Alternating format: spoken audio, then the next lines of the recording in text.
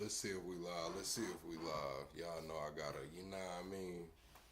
I click live, but this that OBS, so I don't know if I'm live yet. I be having to make sure y'all can see me. Make sure y'all can hear me, you know what I mean? Let's see if we live. Y'all know I gotta, you know what I mean? I click live, but this that OBS, so I click live, but this that OBS, so I don't know if I'm live yet. I be having to. Am I in the vertical live stream or not? Make sure y'all can hear me, you know what I mean? I don't know if I'm in a vertical live stream or not, bro. Wow, I really don't know. It's crazy. Double tap the screen, shut a live out, man, as y'all come in. Am I in the vertical live stream or does it look funny? Am I in the vertical live stream? Y'all let me know. Lalas, you watching me on your phone? Does it look regular? Does it look regular? Y'all gotta let me know. I need some feedback. This is my first time doing the vertical live like this, I believe. I might have done it one other time, but I don't know, man. Y'all give me some feedback. Is it looking all right? Is it sounding all right, man? Double tap the screen, shut a live out. We finna get into it, man. I want to know, is America divided? We got Trump, Diddy, and Epstein. Kamala Harris backing down from Gavin Newsom, man. I want to know how y'all feel about it, man. Does it look right? Carlos, is it looking right? Are we in the vertical live stream? Chris and Chris, what it do? Double tap the screen. I got the phone lines open. I got to know if this live gonna work like this or not, man. Double tap the screen. You said regular Candace on top. All right, here we go. Double tap the screen, shut a live out, man. Y'all know what time it is, man. We in intro mode. Where that baby go?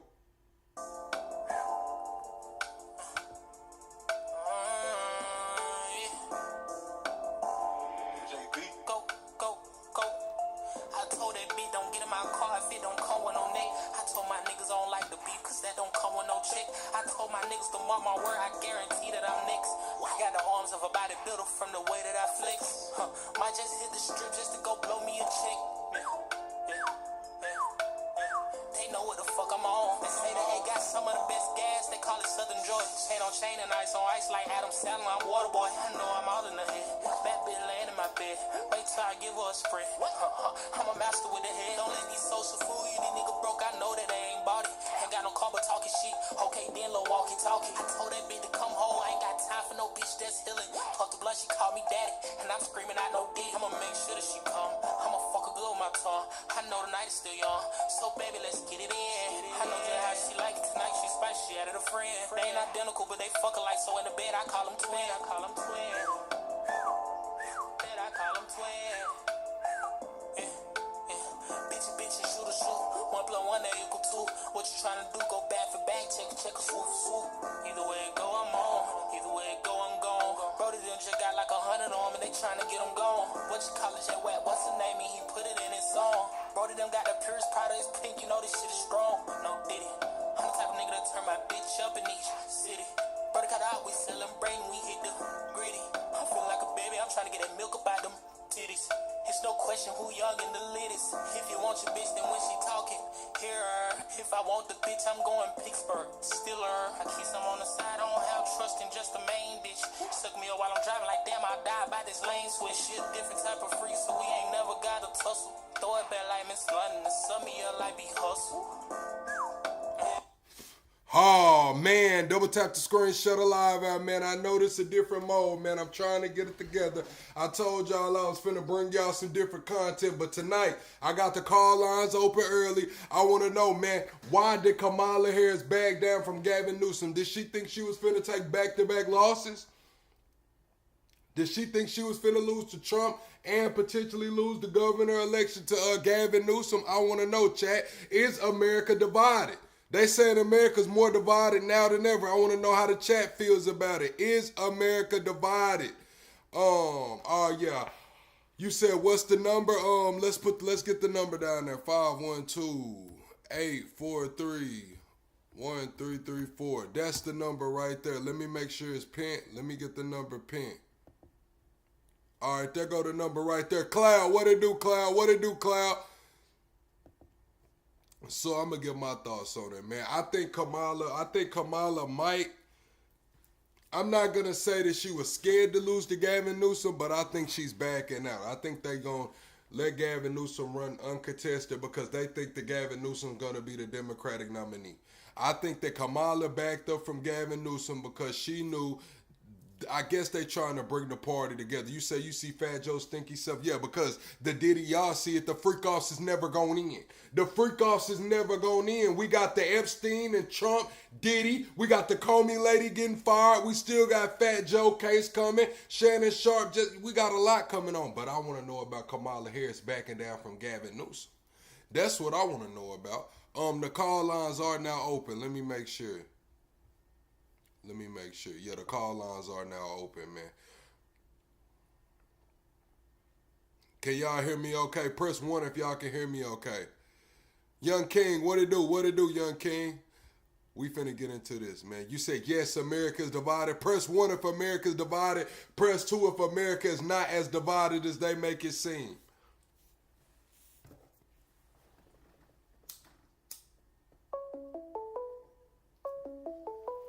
Damn, I gotta reroll that paper. We got a caller.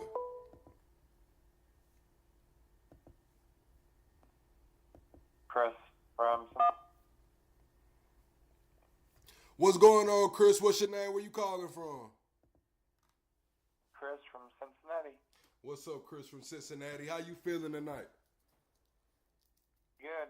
I was just looking at it between Kamala Harris and Gavin Newsom. I've figured that she might back down from running for the governorship for California.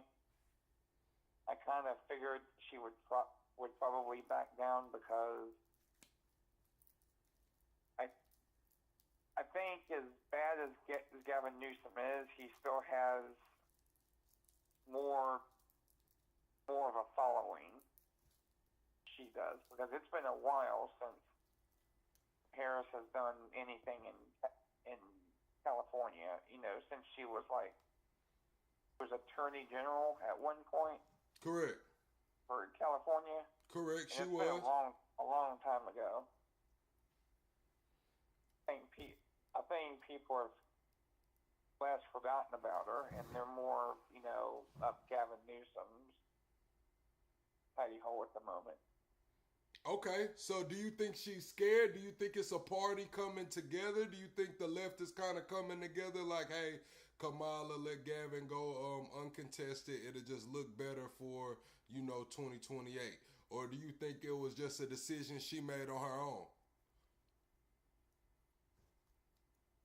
Honestly, think she got beat by Trump. I think she's afraid to go into it anymore. I think on what she looked like after she lost. Heck, when she was vice president, she had to certify the election, so she had to certify her own loss. Correct.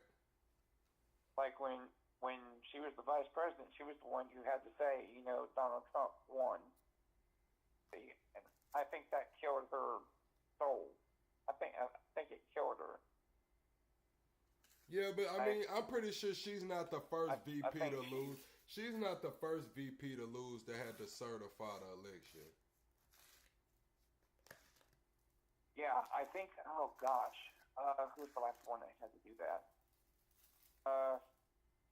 It was Al Gore. I think he had to certify his loss when he lost to George W. Bush, I think. Correct. I believe so. I think he was running against George W. Bush. I think he was the vice president. Certify his own loss. So yeah, you're totally right on that. Like it's happened a few times in history. Again, Al Gore, after that, you didn't really hear that much about him anymore. Like, he just went into, the whole global warming, and, he started writing books and kind of fell out of the political sphere. Okay, how are you feeling about Kash Patel saying he found bags of documents headed to the burn barrel? regarding Hillary Clinton in the 2020 election. He found bags of what? They're saying that he found bags of documents that they were getting ready to burn.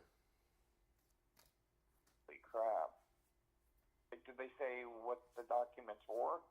We're going to get into some clips later on. I think they're talking about it was Hillary Clinton, some about the 2020 some about the election and covering up for Hillary Clinton and the Russia hoax. And they said basically it was bags and bags of documents getting ready to be burned, according to Cash Patel. Have this stuff. Holy crap. I'm almost surprised that they left office or whatever. I'm almost surprised. You know, make sure that they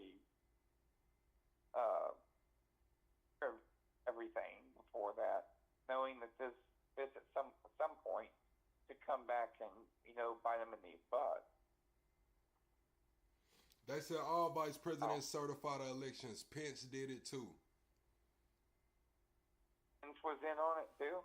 No, Pence had to certify his Pence had to certify the election, but I don't think Pence lost. You know, like when Pence certified the election, it was Trump's election, right? Yeah. They said Cash Patel sold his soul. I think that's supposedly when the whole an interesting one too. Have you seen the fact that FBI agents were at the January 6th? No, I haven't. You kind of cut out. Everybody, double tap the screen. Let's get the likes up in here. Let's get the 20 likes right quick. You said, have I seen? What about January 6th? That they actually had FBI agents who were involved in that. Oh, I did hear that they had some agents involved in it. I did hear that. It was so funny because they had the head of the FBI at the time on the stand saying, tell us that no FBI agents were there on January 6th. And he said, I cannot speak to that. I cannot, pretty much dumb, like saying I can't because it would divulge people's names, and he's not allowed to do that. Correct, because it would, So right. There were FBI agents there within the crowd, and that really makes me think, you know, was that all a big setup? I mean, we've seen it before with the Million Man March and all through the Civil Rights Movement, COINTELPRO. We've seen it before. Yeah. It would just be, you know, an extension of COINTELPRO still going on to this day. I think there's a lot of stuff going on. Like, it's very unusual. Like, the whole thing with, like you said, Diddy and with the Epstein. And, I mean, there's a lot of... I almost would have think it's, you know, to divert our attention away from something. But what? Correct. What do you think it is? You know, what are they trying to divert our attention away from? Well, obviously, it was the big, beautiful bill passing. We got a lot of things going on around the world globally. We have AI coming in. Sam Altman just, I believe, I don't know if he went before Congress, but Sam Altman was basically saying it's so scary he can't tell the difference between AI and real life right now. And this is Sam Altman. We talking about the leader of OpenAI, the CEO of OpenAI, the global leader in AI. If he's scared, I think we should all be looking around. Totally am. Like, have you messed with AI at all? Like, have you just messed around with those apps? Yes. I mean, it's insane to do. Like, they can take a person like you or me. Deep fakes. And program it to say anything. What's even scarier is most of these apps that you sign up for, you're giving them licensing rights to use your name, image, and likeness through the universe and beyond for eternity. So a lot of these AI apps that you're opting into can definitely use your name, image, and likeness for deepfakes, and you don't even realize it when you opting into the app. Crazy. Like, it's just insane how stuff works. Like, I can see that being used by some people. It's like, I don't know if you're married or not, but like, let's say you're married. I am not, but let's talk about it. Let's go. Okay. And someone got a hold of, like let's say an ex of yours, a picture of an ex. Right. Make it look like when your ex, kissing, making out, whatever. Correct. Like, deep fake. Yeah, they can do it. They do it that. all the time. I mean, that's scary. That's totally scary. The only thing that's saving from deep fakes is metadata. Metadata will save you. Now, if they start being able to, play with the metadata, yeah, you might be cooked. Everybody double tap the screen, man. Let's get the likes up. Let's get the 20 likes right quick. Double tap the screen. I know you're on your phone. If you have your phone in your hand, you should double tap the screen because I just guessed that you got your phone in your hand. Double tap the screen for me guessing correctly. Go ahead, Chris. But yeah, I mean, it's just insane. Like, I'm 41 years old and never thought that this type of technology would even exist right now. Like, the explosion of technology. Like, when I was in high school, you could send like 5 or 6 words in a text message. And I had like a phone that had like a antenna. You had to, raise it up to get it to work, like a track phone or something like that. Now, technology, it's insane. Yeah, they saying since it's getting 2016. More and more technological. They saying Moore's Law was broken in 2016. So Moore's Law originally predicted that the number of transistors on a microchip would double every year, was later revived to doubling every 2 years in 1975. However, the law has been considered to have been broken in recent years as the pace of progress has slowed. According to some sources, the law has been over since at least 2016.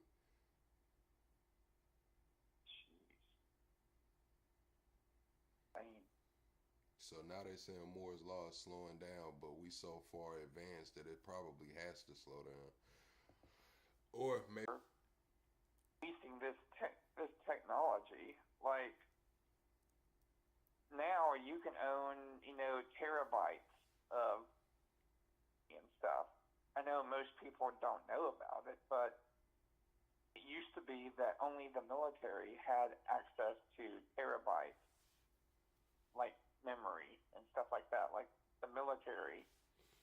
Correct. To it, and now anybody can have it. Can have a terabyte. No, most and definitely. It's really crazy. Like, you can even have a terabyte on a phone now. I think they can, or at least close to it.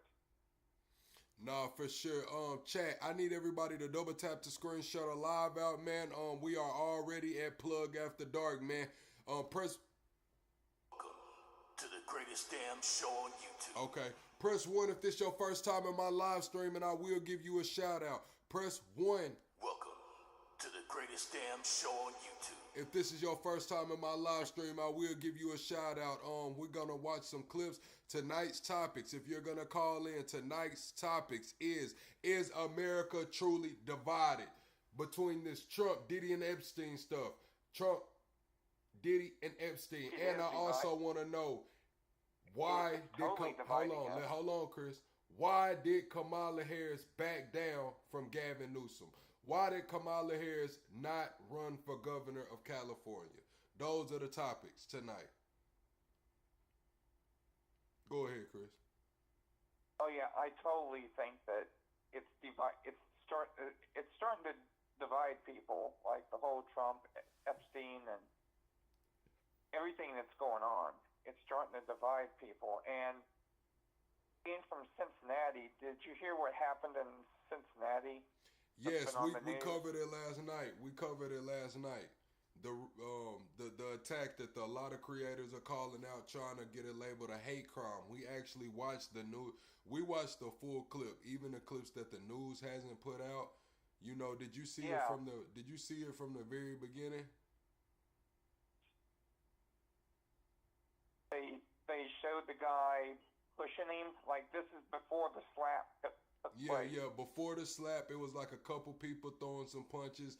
Then they kind of calmed down and they were talking about it. They were arguing about a car. It was something about a car, and the guy was like, the Russian guy said something, and the black guy was like, "Yeah, that was my car." Then the guy slapped him, and that's when all hell broke loose. So yeah, but the news Yeah. is not showing the slap. The news is not showing. The news is just starting with the guy being on the ground getting stomped. It's crazy. Like I think all this stuff is dividing. I think there's a lot behind it. I mean, there's stuff going on. There's like kids getting killed. There's starting to commit murder. Yes, everybody double It's just tap the insane. screen. I feel like it's. I was on Moneyways Live earlier, and I was telling people that sometimes you just need to stay home. Yes, it's a sad situation. It was not a rap concert. It was not an EDM concert. It was a jazz festival, and this type of shit happened. Jazz. But you have to understand that black, white, dark or bright, when you have that many people around each other and alcohol is involved, those kind of things happen, whether it's recorded Yeah, it's or a not. bad You mix. know. But yeah, Chris, I got another caller on the line. Let me get the next caller, and you can call back in later on Yeah. if you hang out. Absolutely. All Okay, right, thanks, man. man. I appreciate you.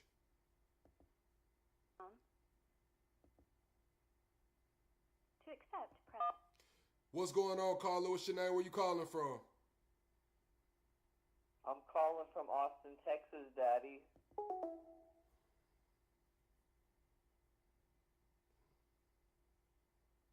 Shit like that just really, you know what I'm saying? Don't even worry about it. It ain't even gonna piss me off. Y'all double tap the screen, shut the live out, man. We 25 likes away from the next like goal. We 25 subs away from the next sub goal. Let's get the likes up. Let's get the likes up, man. Yeah, it was they did jump on them. But I gotta ask y'all a question. If y'all people get hit and y'all are out, are you gonna help your people or you just gonna let them have a one-on-one? Now I did see the lady get snuck, man. That was crazy how they did that lady, man. That was crazy. Welcome to the greatest damn show on YouTube. All right, we finna get into this Candace Owens clip right quick. Let's get into some of this Candace Owens clip while we wait on the caller. Missed it. Apparently, Donald Trump is seriously considering pardoning Diddy. Yep, that Diddy, the one that we can, if we want to, just watch physically beat Cassie on camera. So what exactly is Trump on? I actually think it's very related to all the Epstein stuff. It makes perfect sense to me if you're paying attention. Further to that point, I'm so unhinged that I got into an argument with Grok last week. You guys know who Grok is? The AI technology that just shoots out answers. Yeah, well, if that is the technology of the future, then we should be concerned because apparently it's been programmed to cover for Epstein as well. What the heck is going on? Welcome back to Candace. She's saying the AI Grok, which is Elon's AI, is covering for Epstein is crazy. Let's see who this caller is. I know it's a prank call. I know this number. Call from Jennifer. Like, somebody get y'all damn kids. Like, damn, bro. Don't worry about it. Because I just put do not disturb on them. We just finna watch Candace for a while. Till y'all little ass go to bed.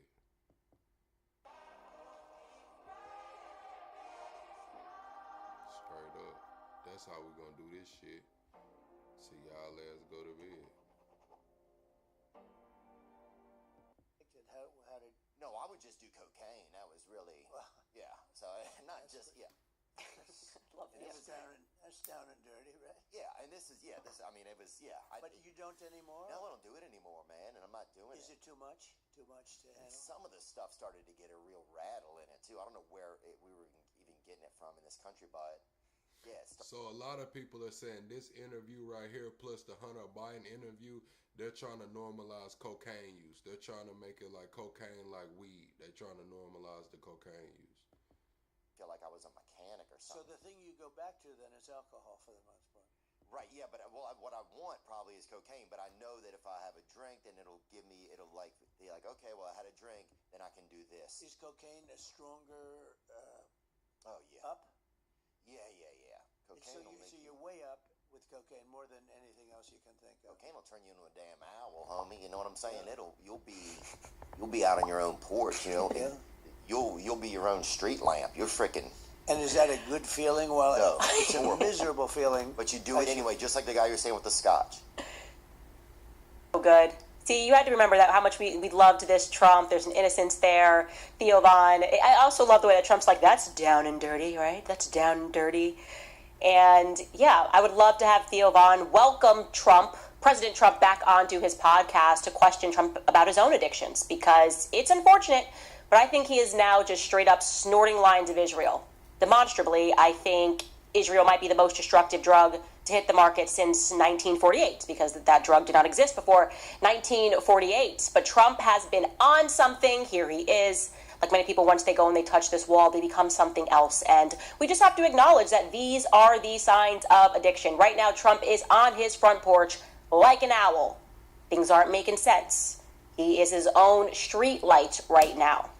We know the patterns. All of us are familiar with addiction. Theo Von's talking about his addiction. I don't think I know a single person who doesn't have someone in their family that deals with addiction. And we're familiar with the signs. There's, I don't know, naming one here, erratic decision-making. It's like out tweeting bomb, Iran, changing your mind overnight to go and do that because Bibi Netanyahu is like your dealer. Hey, is the volume better? Press 1 if the volume is better, chat. Press 1 if the volume is better. Press 2 if it's not better yet. Also, another sign, lashing out at the people who love you. Remember the tweet? I don't even want my supporters. Because we were going, hey, we are demanding the Epstein files because that's what you promised us. And we expect you to show up and to actually do the things that you said you were going to do. We are expecting you to be responsible here. And instead he says, I don't love you anymore. Pull up that tweet. I don't remember what he called us, weaklings. He said, let these weaklings continue forward and do the Democrats' work. Don't even think about talking about our incredible and unprecedented success because I don't want their support anymore. Yeah, that's it's, I don't want to be your family anymore. I'll just be out here on my own. Oh. All right, chat. Press 2 if y'all think Trump getting high. Press 3 if y'all do not think Trump getting high. Press 2 if y'all think Trump getting high. Press 3 if y'all do not think Trump getting high. I see Erica saying she just think he's aging. Yeah, I think Trump just aging. A major sign is just straight up financial irresponsibility. Like when it comes to drug of Israel, spend it however, and also you are not taking care of things that you should be taking care of because your priority is Israel. And we see that again. He tweeted this out. This is not a joke. Matt Walsh had the... Oh, you just tried to call me? Let me see if I can call you back. Take it off. Call back, Cecilia. Call back, Cecilia. I had to mute it because people was calling me playing on my phone. Cecilia, if you gonna call in now because the kids is playing on my phone. So go on and call now. I done stopped the show so you can call in. You saying, bro, why I'm not answering? Call in now. Kids playing on my damn phone. I had to, hey, call on in.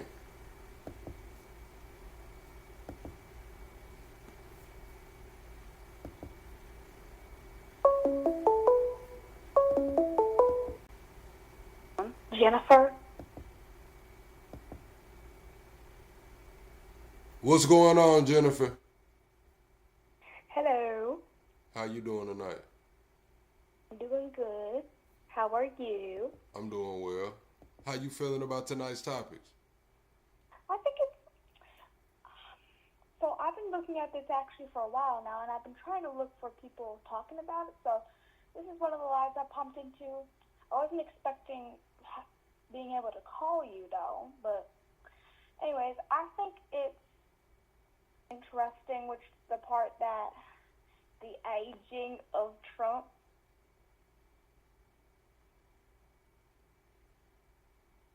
Okay, you think it's due to age is what you're saying? I think it's due to his big gap that jiggles all the time.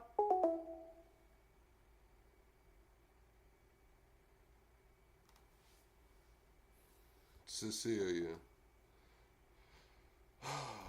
Cecilia, if you gonna call in, because I really only took it off so you could call in.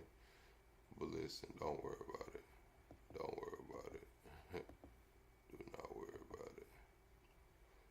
Y'all see this? What happen when y'all don't whoop y'all kids?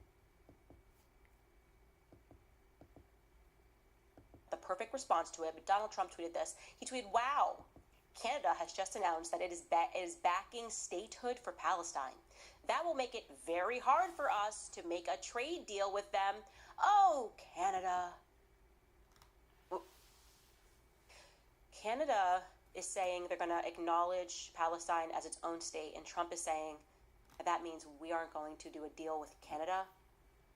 Explain that to me very slowly, because I don't understand it. And neither did Matt Walsh. Matt Walsh had a perfect response. He said this: "This is ridiculous. If a trade deal with Canada is beneficial to the American people, then it should go forward regardless of Canada's stance on Palestine. The benefit of the American people should be the guiding principle here." That's what I thought was happening. Like when we elect a president and we go to vote, and I thought when they go into the White House, they're supposed to represent our best interests. And I don't see how Canada acknowledging Palestine as its own nation would be harmful to American interests. In fact, quite the opposite. I think we shouldn't be punishing Canada. Maybe we should be punishing Israel for committing an open genocide, for starving people. We at this moment have retired Green Beret and the former Lieutenant Colonel, I actually think he's still a Lieutenant Colonel of the Army, Tony Aguilar. He sat down with Tucker Carlson, and he is describing, he actually went over to Gaza, right? He went over to Gaza and was assisting Israel. And here is what he is now describing to the American. Appreciate that, VT. I hope you subscribe. Trump is aging. He's 79. Never done drugs or alcohol. I used to be okay with Candace. Now I can't stand her voice. A lot of people turning on Candace. Press 1 if y'all still rocking with Candace Owens. Press 2 if you not with Candace Owens no more. 1 if y'all still rocking with her. 2 if y'all not with her no more, man. Double tap the screen, shut her live out. We 22 subs away from the next sub goal. You are now rocking with Plug at the door, baby. Let's go. People that he saw. Take a listen. Palestinian parents, mothers and fathers, carrying their dead children in their arms, skeletons. I witnessed that. I've witnessed people that have come onto the sites that you can see that they are just completely emaciated and starving. That's not fake. If the deniers want to think that we got Stanley Kubrick to go into Gaza and take a bunch of crisis actors and shoot a film on to fake this starvation, but it's real, and people are dying. At this point right now, because we, the United States, the Gaza humanitarian... Are they fighting over food right there, chat? Humanitarian fund. Are they fighting over food right there? Press 1 if they fighting over food and supplies, chat. I think that gotta be food and supplies. Humanitarian fund put up our hand and said, we'll do it. The starvation at this point has gotten worse than it was before, because the Gaza Humanitarian Foundation's process is leading to that starvation because it's not delivering enough aid, not even nearly enough, not even nearly to be a fraction of enough. And Trump apparently doesn't care. He is like, I am decisively so high on Israel that I'm going to keep letting that happen, and I'm going to start to punish people who are having a humane response to that condition, because my job here is not to care about the American people. I will refuse trade deals no matter what. I've got to let Israel commit this genocide in open daylight. And that's what's happening. As if that's not bad enough, John Mearsheimer also went on to Tucker Carlson. All right, chat. Press 3 if you think what Israel is doing is actual genocide. Press 4 if you do not think it's genocide. Press 3 if you think genocide is being committed right now in Israel. Press 4 if you do not think that's genocide. And here's what he had to say about what's going on. The Israeli military has a huge PTSD problem. Oh, I bet. Really? Yeah. And the Jerusalem Post had a piece, I think it was the Jerusalem Post, had a piece the other day that said there have been 5 suicides during the past 2 weeks. So they're having a significant problem with suicide, a significant problem with PTSD, and they're having huge problems getting reservists to report for duty. I bet. because the Israeli military is heavily dependent on reservists, and the reservists have basically had it. So this war is having a corrosive effect. And the thing you want to understand is there's no end in sight. Okay? There really isn't. Yeah, well, the end is every Palestinian has to die. That's what the end is. That's the end that is in sight so that they can build hotels. Again, Trump needs help. There's no question. And now, making matters worse, he's talking about doing all sorts of pardons that make it very clear who he is allegiant to. First and foremost, in case you missed this, about Dirty Money, you said no Islam, no wars. What do you mean no Islam, no wars? Islam is one of the top 3 religions in the world. So how is it gonna be no Islam? You let me know. Because between Islam, Christianity, and what is it, Buddhism or Hinduism, one of them, those like top 3, 4. I don't see either one of those being eradicated anytime soon. Christianity, Hinduism, Buddhism, and Islam. I don't see any one of those being eradicated anytime soon, just being honest. A week ago, or maybe it was 2 weeks ago, he spoke about the idea of pardoning Ghislaine Maxwell. He was asked about the idea of pardoning Ghislaine Maxwell, and he didn't dismiss it. Take a listen. Consider a pardon or a commutation for Ghislaine Maxwell if It's something I haven't thought about. It's really something. I'm allowed to do it, but it's something I have not thought about. So that's a yes. He would consider it because it would be so easy to simply say no. You know who Epstein is. We've been speaking about. Yeah, he didn't deny it, and he didn't deny it. And Maxwell's family has been coming out today saying like, y'all, I mean, not Maxwell's family, but the girl that unalived herself, one of Maxwell's victims, come out like, nah, y'all don't need to let her out. Don't pardon her. But I need everybody in here that's watching on their phone. I know you on your phone. I know it. Double tap the screen. Share the live out. Let's get the 40 likes right quick, man. Let's get the 40 likes, man. It's only right. It's only right. We now rocking with Plug After Dark, man. Welcome to the greatest damn show on YouTube. Tonight is a reaction night. We just kicking it, doing reactions. We do have memberships available to get you access to 250 past live streams. We do have super chats available. Double tap the screen. Welcome to the greatest damn show on YouTube. All right, we right back into the clip. Nonstop for the last few weeks. You are very aware, of course, about what he was doing. You're aware that this was his accomplice. So you would instantly just say, no, of course I'm not going to pardon her. Unless you're considering it because, well, maybe it kind of makes sense to pardon Ghislaine Maxwell, given the fact that you're now saying that there were no clients. Why is she in prison, right? To make that work, you kind of have to pardon Ghislaine Maxwell. And as if that wasn't enough, Trump is also apparently thinking about pardoning Diddy. Okay, this is a headline. Donald Trump thinking of pardoning Diddy after bail decision. It tells us that Donald Trump's White House has been in communication with Diddy's legal team about a potential pardon for the music mogul, and we've learned that the decision may be determined by the judge's ruling on bail. Sources with direct knowledge of that told TMZ this. They continued that Donald Trump is, quote, more than open to pardoning Diddy, but he wants to wait to see what the judge does with Diddy's latest bail petition first. And their reporter is saying that Trump's team is saying that if Diddy is granted bail, then Trump is not going to make a decision on the pardon until he is sentenced. So he's going to see what happens. If the judge denies the bail, then he will be ready to make a decision immediately. Now, to be clear, he was acquitted on 3 of the major charges pertaining to RICO. He was convicted instead on 2 counts of violating the Mann Act, which is basically transporting prostitutes over states.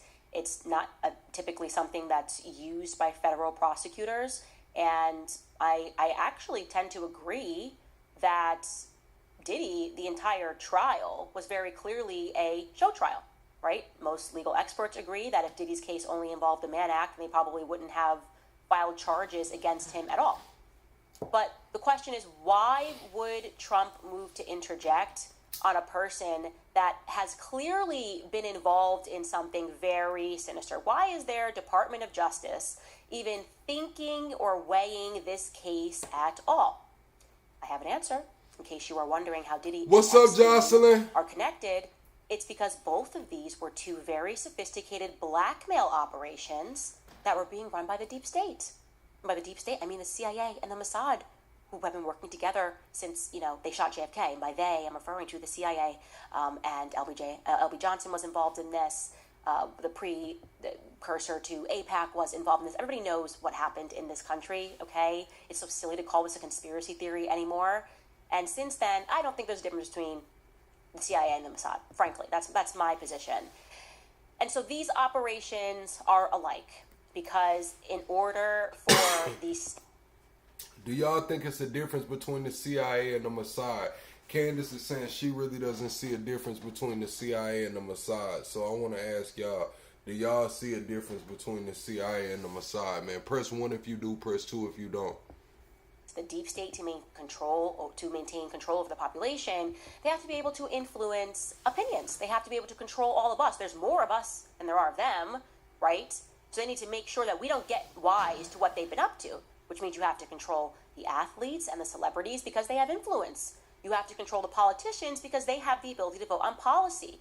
And yeah, influence is the name of the game. That is the reason that they want to control celebrities. This is where Diddy comes into play, right? Diddy is hosting these parties. Everyone wants to go to a Diddy party. VT, appreciate the super chat. Appreciate the super chat, VT. You said, "New, are you a Republican or a Democrat?" VT, I am neither. I am the voice of the politically homeless. I am a centrist, just being honest. I call out both sides for the good, the bad, and the ugly. We do give flowers, but we do critique. There are some things that I just cannot get down with the Democratic Party, and I cannot be oblivious to civil rights being rolled back 50 years in the last 6 months. You know what I'm saying? So I just, with the DEI being done away and the way things are going, civil rights have been rolled back 50 years. 50 years over the last 6 months. And then I just can't get with my kids going to school and the teachers knowing more about my kids than I know. And they say, oh, most child abuse happens at home. Hey, man, I got to feed these kids, take care of these kids. When they get sick, I have to nurture these kids, man. So why when they go to school, some shit going on, you feel like I can't get with that. So that's why I'm a centrist. That's why I am the voice of the politically homeless. It is what it is. Thank you for the super chat, though, and thank you for the good question. And everyone wants to go to Diddy's all-white party, whatever he was known for. You get into Hollywood, the first thing you want to do is have an invite, and there are cameras wired everywhere, and drugs are being passed around because they want to get you in a compromising situation. It's exactly what Epstein was doing. Majority of the time he was doing this, the politicians and people that were in business, so he's running it that way. And then you have Diddy, who's taking care of Hollywood. It's the reason why, if you'll recall, I never covered the Diddy trial. I never thought the Diddy trial was worth covering because it was just so obviously a show trial. I knew it was a show trial because what Diddy was doing was a Fed operation, and the Fed, for whatever reason, whenever they investigate themselves, they find out they're not guilty of anything. There were so many signs leading up to this moment that it was the state putting on a show trial, okay? To jog your memory, the artist formerly known as Kanye West was the first when he was having a mental breakdown to signal to people that Diddy was a Fed. Remember this? He went on to Drink Champs. He was having a mental breakdown. And then he randomly said this. As Meek Mills, Puff Daddy, whoever, none of these all you fake hard niggas, fuck you. Hold on. That interview right there got Moneyway channel demonetized and struck. When Kanye was talking about they stuck George Floyd, when he said whatever he said with that whole thing, man, yeah, that Money had posted that, and they struck his channel for that shit. Like, it's crazy. And now here we come full circle, and it's like people are openly talking about shit like that now. It's crazy. You said she's a college dropout. I'm a college dropout too, but I did get an audio engineering degree. A lot of people, Kanye's a college dropout. He got famous for being a college dropout. Double tap the screen, shut a live out, man. We are 22 subs away from the next sub goal, and we need to get the likes up. Let's get to 70 likes right quick. If you are watching on your phone, just double tap the screen. That's how you support the channel for free. We right back into the clip. All you fake hard niggas, fuck you. You know what I'm saying? I don't give a because you can't shoot nobody anyway. And the reason why you got to talk is because you did a deal, you fed. You know what I'm saying? That's why you got to come at me, because part of the deal for you to be a do all that, and get out of jail is that you promise that you're going to go pull my co-car. So y'all niggas shut the up about me. Drink Champs pulled the episode down and actually deleted that portion that you just saw, and then they put the episode back up. They deleted the reference to Diddy being a Fed because he did a deal with prosecutors. And part of that deal, remember when he was shooting in the club with J-Lo, was that he would control other rappers. Kanye just said that. He put that out there. It sounded crazy, but he wasn't the only crazy person who put that out there. Obviously, notoriously, the biggest person was Jonathan Odie, who we all thought was crazy, and definitely is crazy because he shot up the Trump hotel, the Trump property in Miami, and then was saying all sorts of stuff about being a sex slave for Diddy. But in the land before time, when none of us knew about what Diddy was up to. We get this guy who sits down and he's like, yeah, I was a sex slave for Diddy. What you mean when none of us knew what Diddy was up to, man? Suge Knight told us this shit how long ago? You don't want all dancing all in your videos. Man, how long ago that was they said? What do you mean? I was born in the early 90s and I heard about Diddy back then. It was like... And what you talking about, Candace? Diddy works for the feds, and they give him a plane so he looks like he's got this money because he's a rapper. But actually what's happening is they're running drugs. And is getting drugs over the border on rapper planes. And then he said that Diddy was into weird stuff, like watching Cassie have sex with other people. Frankly, that's exactly what he said. He's like, I was the person, and Diddy liked that. And everyone said he was crazy, myself included. I thought he was definitely crazy because what? All right, Chad. At this time, we thought that Cassie was like an innocent girlfriend. So I got a question for y'all. On my partner live earlier, they raised a question. There was a picture of Trump, I guess the girl he was with at the time, Cassie and Diddy. And they were saying that they were wife swapping and shit like that. So do y'all think Trump would have, had sex with Cassie? I said no. I said, man, I don't think Trump would have had sex with Cassie. I think Trump ego's probably too big to have sex with Cassie. They were saying, nah, man, you got it effed up, man. If they was around Diddy, you know what I'm saying, Cassie was getting you, know what I mean? So I'm going to ask y'all, chat. Press 1 if y'all think Trump had relations with Cassie. Press 2 if you do not think Trump had relations with Cassie, man. Allegedly. Entertainment purposes only. And of Diddy, they've been in a long-term relationship. Who would believe that? I'll jog your memory here. This was Jonathan Odie. His accent is a bit thick, but we did put some captions on this, so take a listen. Sean Combs. Puff Daddy. Yeah. P. Diddy, whatever you call it. So yeah, go ahead. Yeah, he's part of what's called the Boule. The Boule is a branch of the Illuminati. Okay.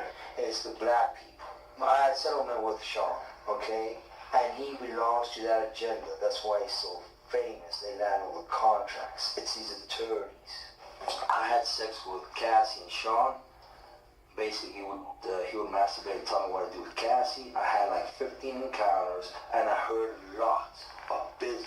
Because what they would do is Sean talks a lot on the phone and on the TV with speakers and stuff, and I was like a sex slave. Okay, the hip hop agenda is an agenda to move drugs all over the United States. You need to reform the DEA. They move all the dope.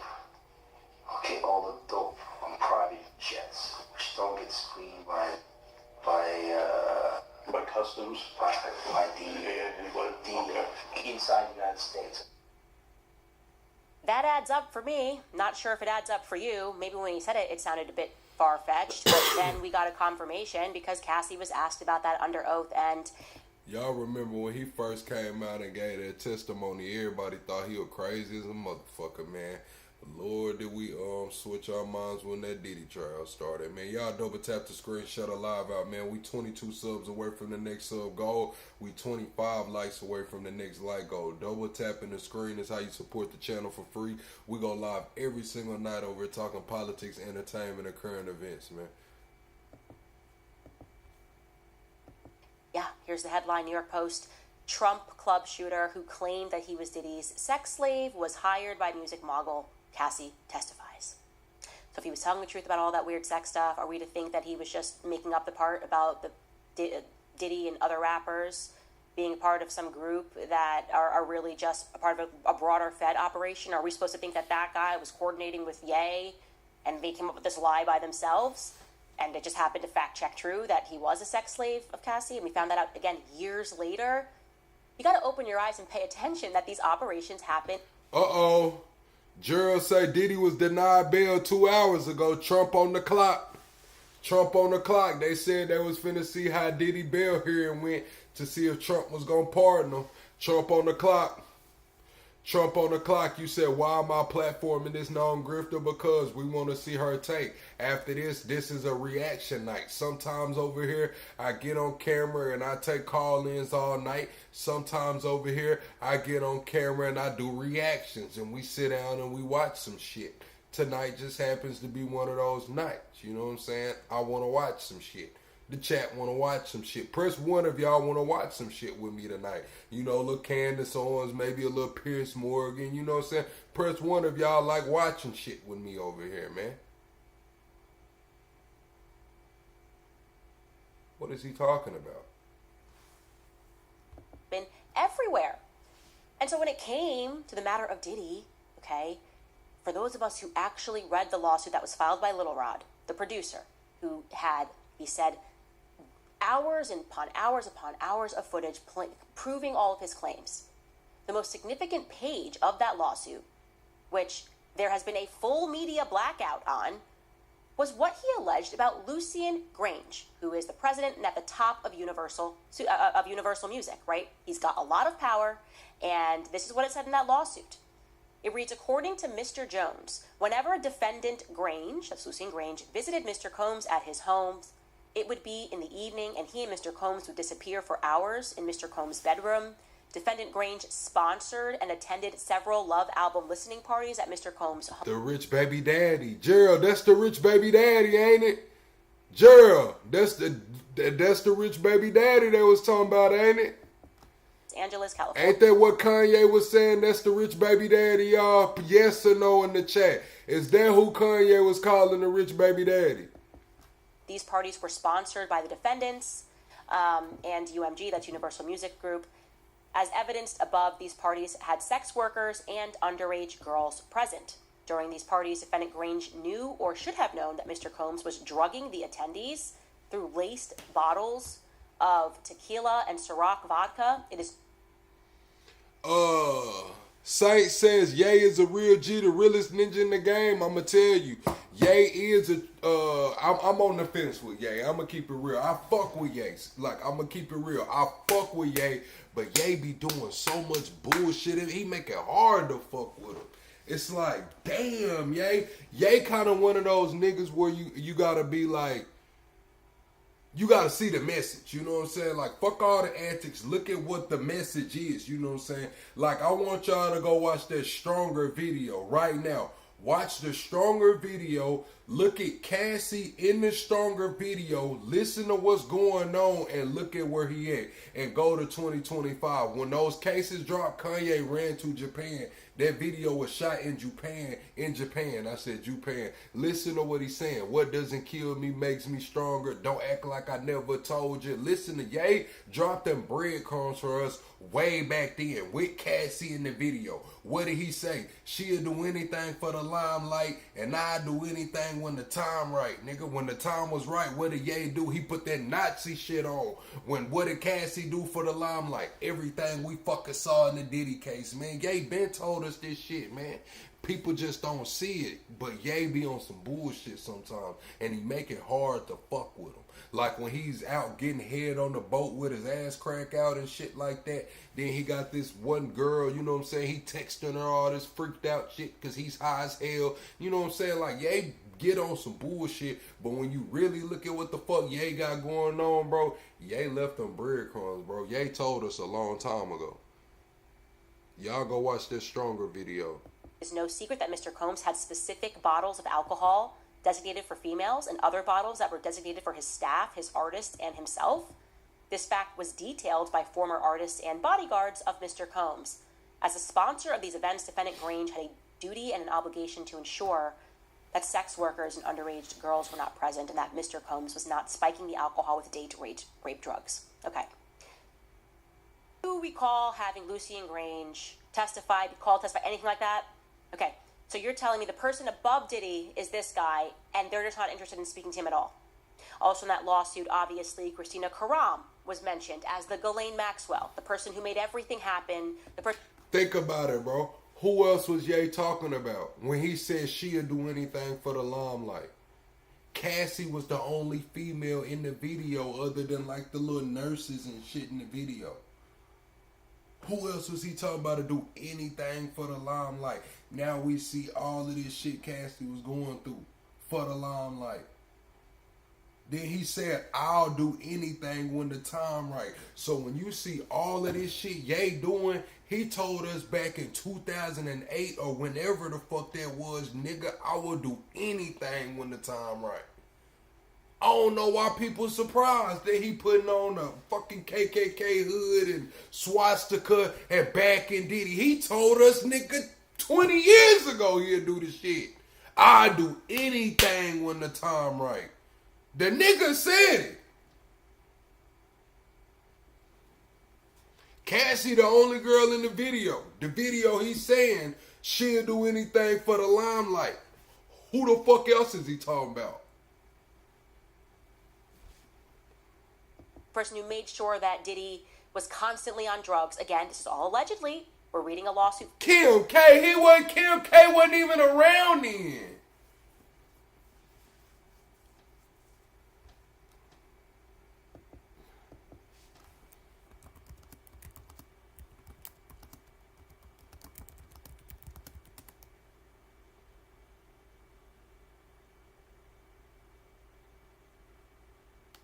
$2012, hell no, that Stronger video came out way before then.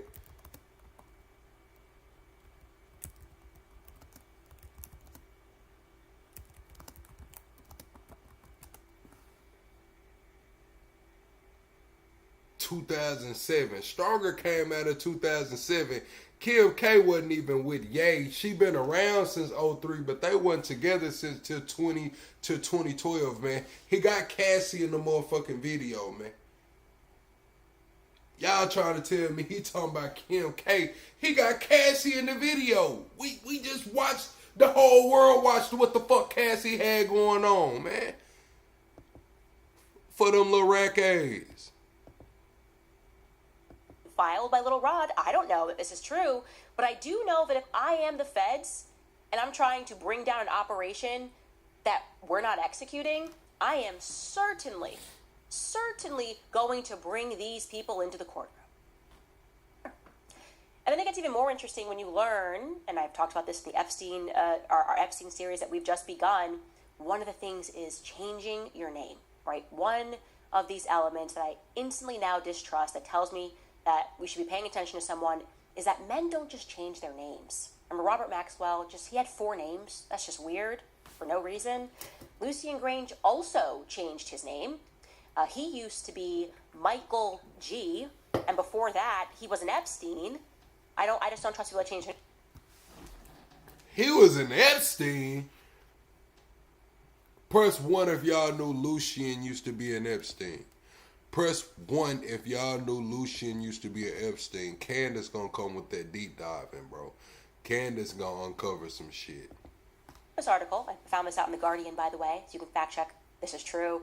I've forgotten and overlooked how Jewish designers dressed the Beatles and changed global fashion. Now this article is about his father, Cecil G, and it tells us that Cecil G was actually Sasha Epstein, and then he became Cecil G, but he's here with his sons. And it says right here, Cecil G with his 3 sons, Roland, Nigel, and Michael G. And to the right there, that would be Lucian Grainge. I guess he was Michael G, but now he's Lucian Grainge. He's not in the UK, he's here.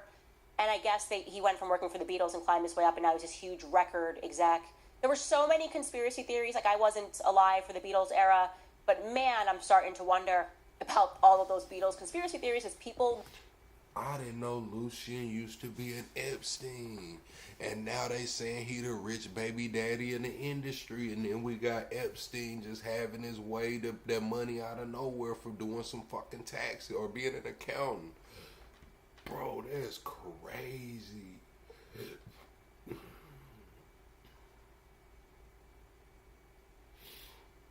That's crazy. Candace, bro. Candace in her bag, bro. I'm not gonna lie. When it comes to this investigative discovery shit, man, Candace in her damn bag. Then thought that there was some weird stuff that happened, right? People that died around them in mysterious circumstances. People that actually even believe that one of the people that died was a member of the Beatles. There's like the Paul McCartney is dead theory. A lot of weird stuff, conspiracies, want to be clear, involving the Beatles.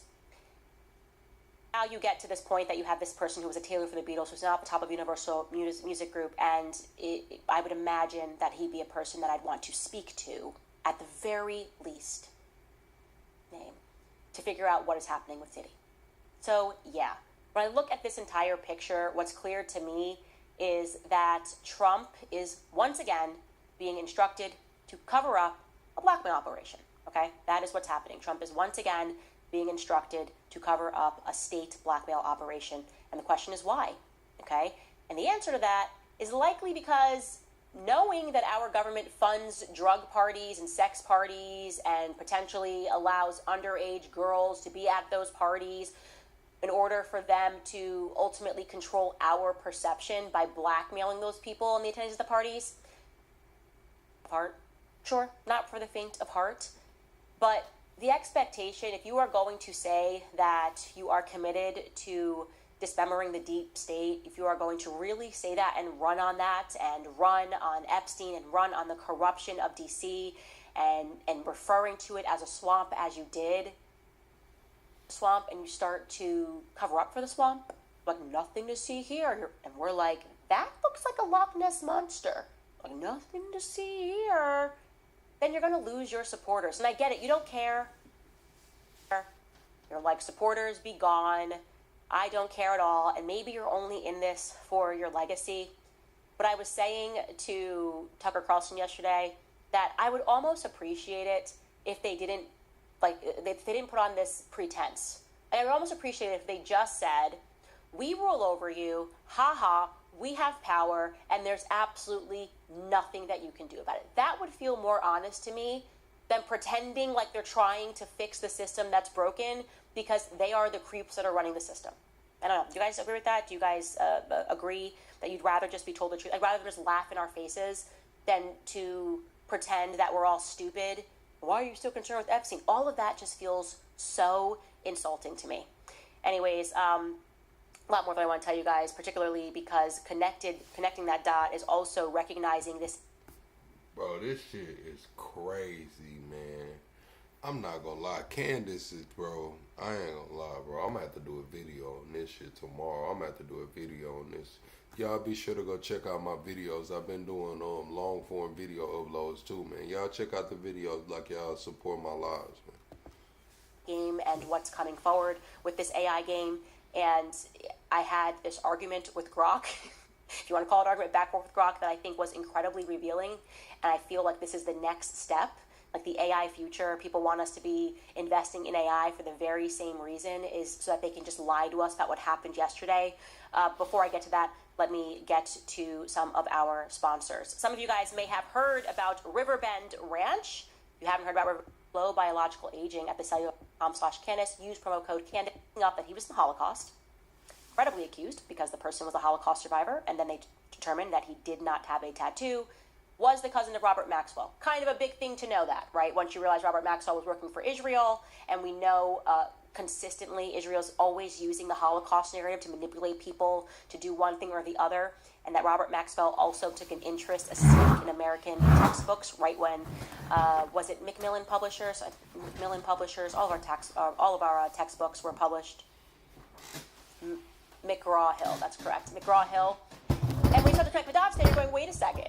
Okay, so Israel was very early on making sure that the next generation of people like me, would never question anything Israel did because of what we were learning about history. Yeah, not great that his cousin since Robert Maxwell was a fraud who stole the pension funds of hardworking people in the UK in order to give that money to Israel, what am I supposed to think about this guy who's being credibly accused of making up the fact that he was in the Holocaust, right? And so the Zionists started freaking out, being like, she's a liar, she made up this connection. And one of them had asked Grok, like, Grok, is this real? And Grok was like, there's no proof of this. And so I wanted to play this game with Grok to just demonstrate to people that Grok has been programmed to basically lie about history and to assume that in the future nobody will have access to books, or maybe just not even have the attention span to read a book. Maybe that's what it is. He thinks that people don't read books. So take a look at this. Take a look at this tweet. I write, and this was to the Zionists really, the information that Robert Maxwell is a cousin of Elie Wiesel is quite literally from Robert Maxwell's authorized biography entitled Maxwell.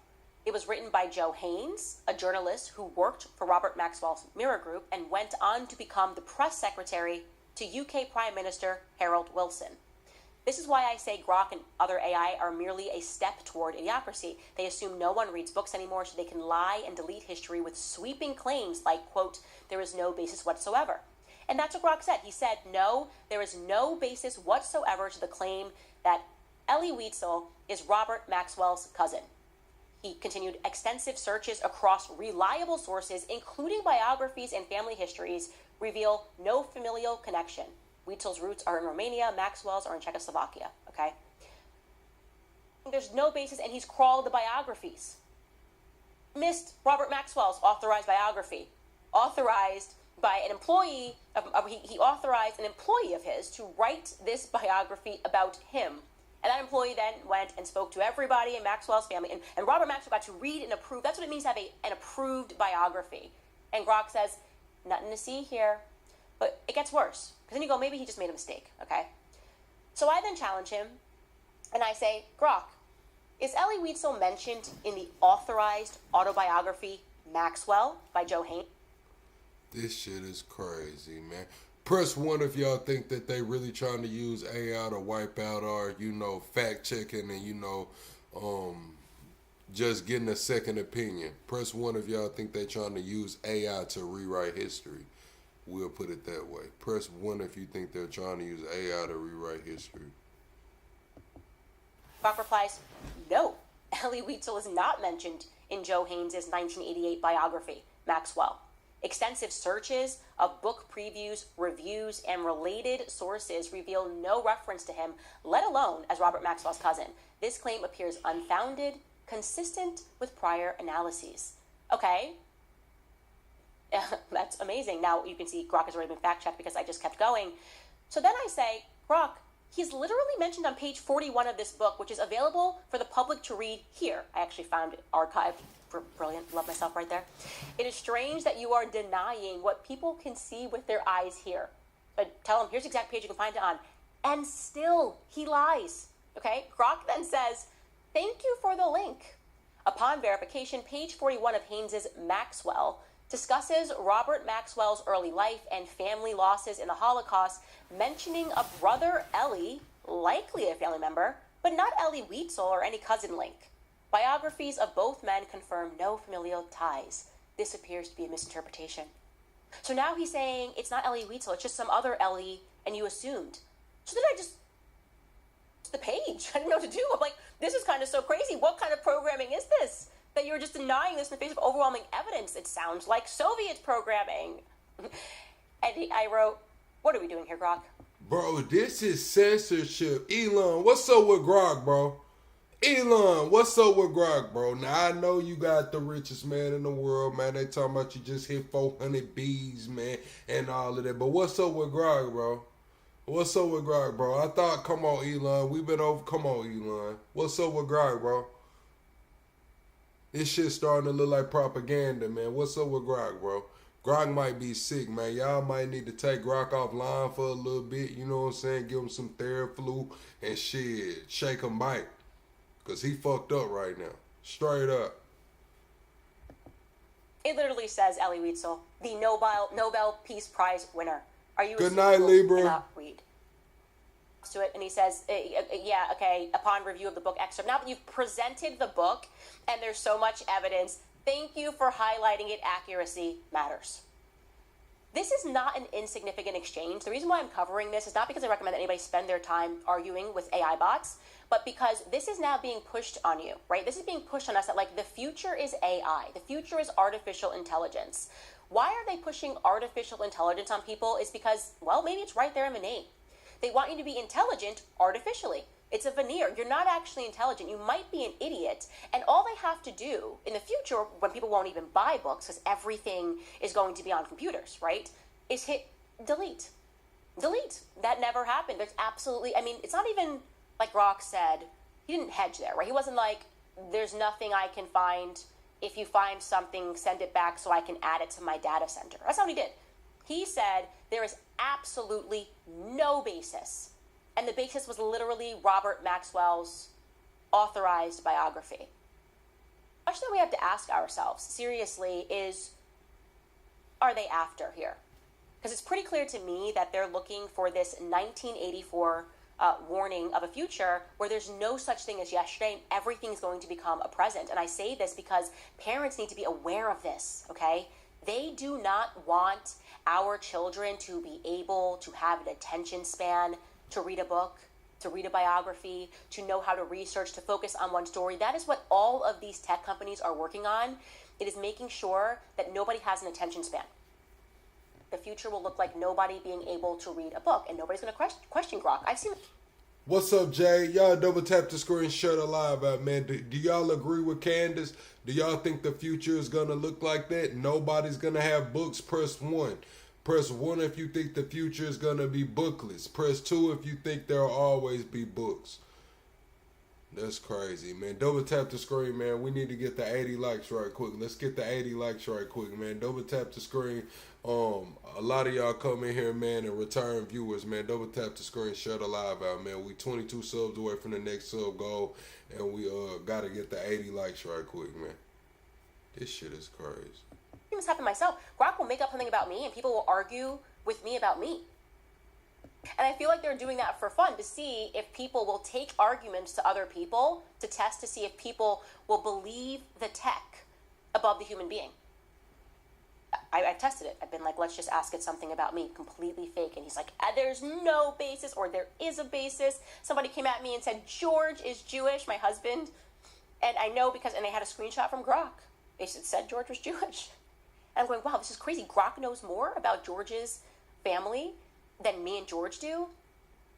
The purpose, I feel, is that they really are kind of soft launching idiocracy. They're trying to see if they can get people to rely on tech, and tech will not have the answers. Instead, they will be able to just, like I said, in a moment's notice, to delete any trace of something and say it never existed. And we need to be mindful of that, and not just be mindful of that, but to forcefully reject these tech lords. I've told you, I don't trust Elon Musk. I never have, okay? He comes across to me like someone who was given the Midas touch, who got a couple of companies, and we're supposed to believe he's smart and to trust him and to build that relationship with him. And then when he drops something, just fly to it. And well, at least it's in the hands of Elon Musk. At least Twitter is in the hands of Elon Musk. I've seen so many bots, which Elon Musk won't address. No more. When it reached peak bots on Twitter, on X, formerly Twitter, was when they were talking about going to war with Iran.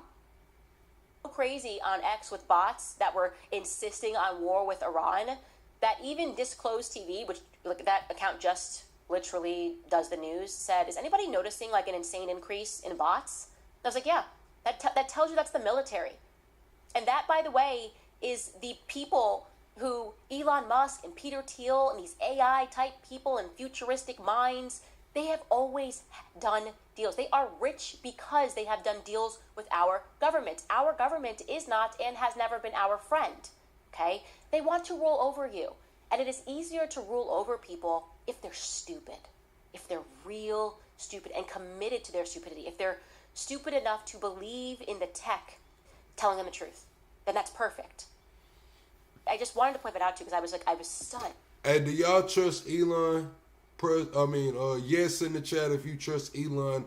No if you don't trust Elon. Yes in the chat if you trust Elon. No if you do not trust Elon.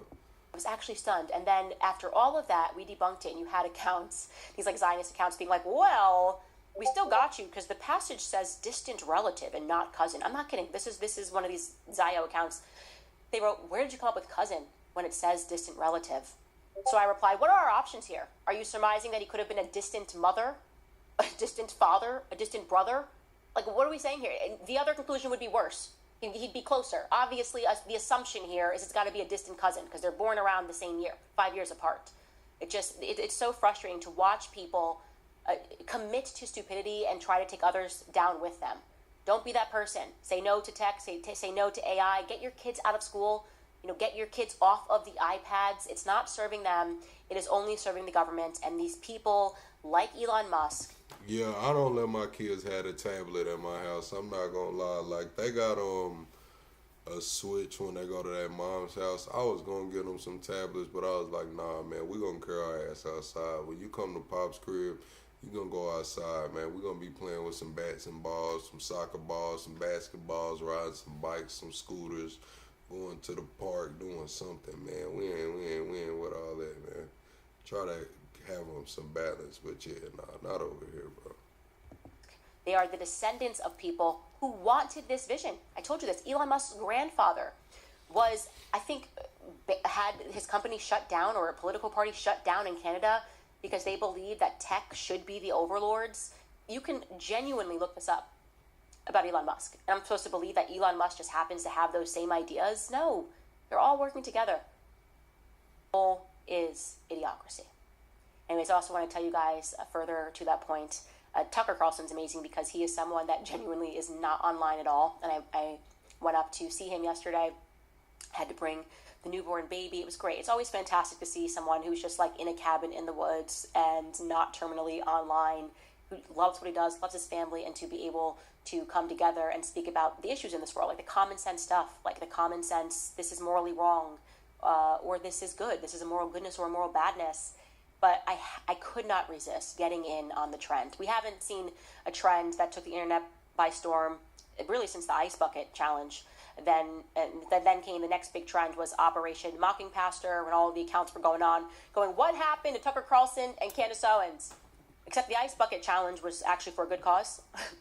This challenge, nobody knows. It was just for like state stupidity. What happened? How could they be so upset about us murdering innocent Palestinian children? So I, of course, could not stop myself from getting in on that trend, and I think I did a very good job. Take a listen. I get in on the trend. What happened to Tucker Carlson and Candace? I watched that Ted Cruz thing. I did it.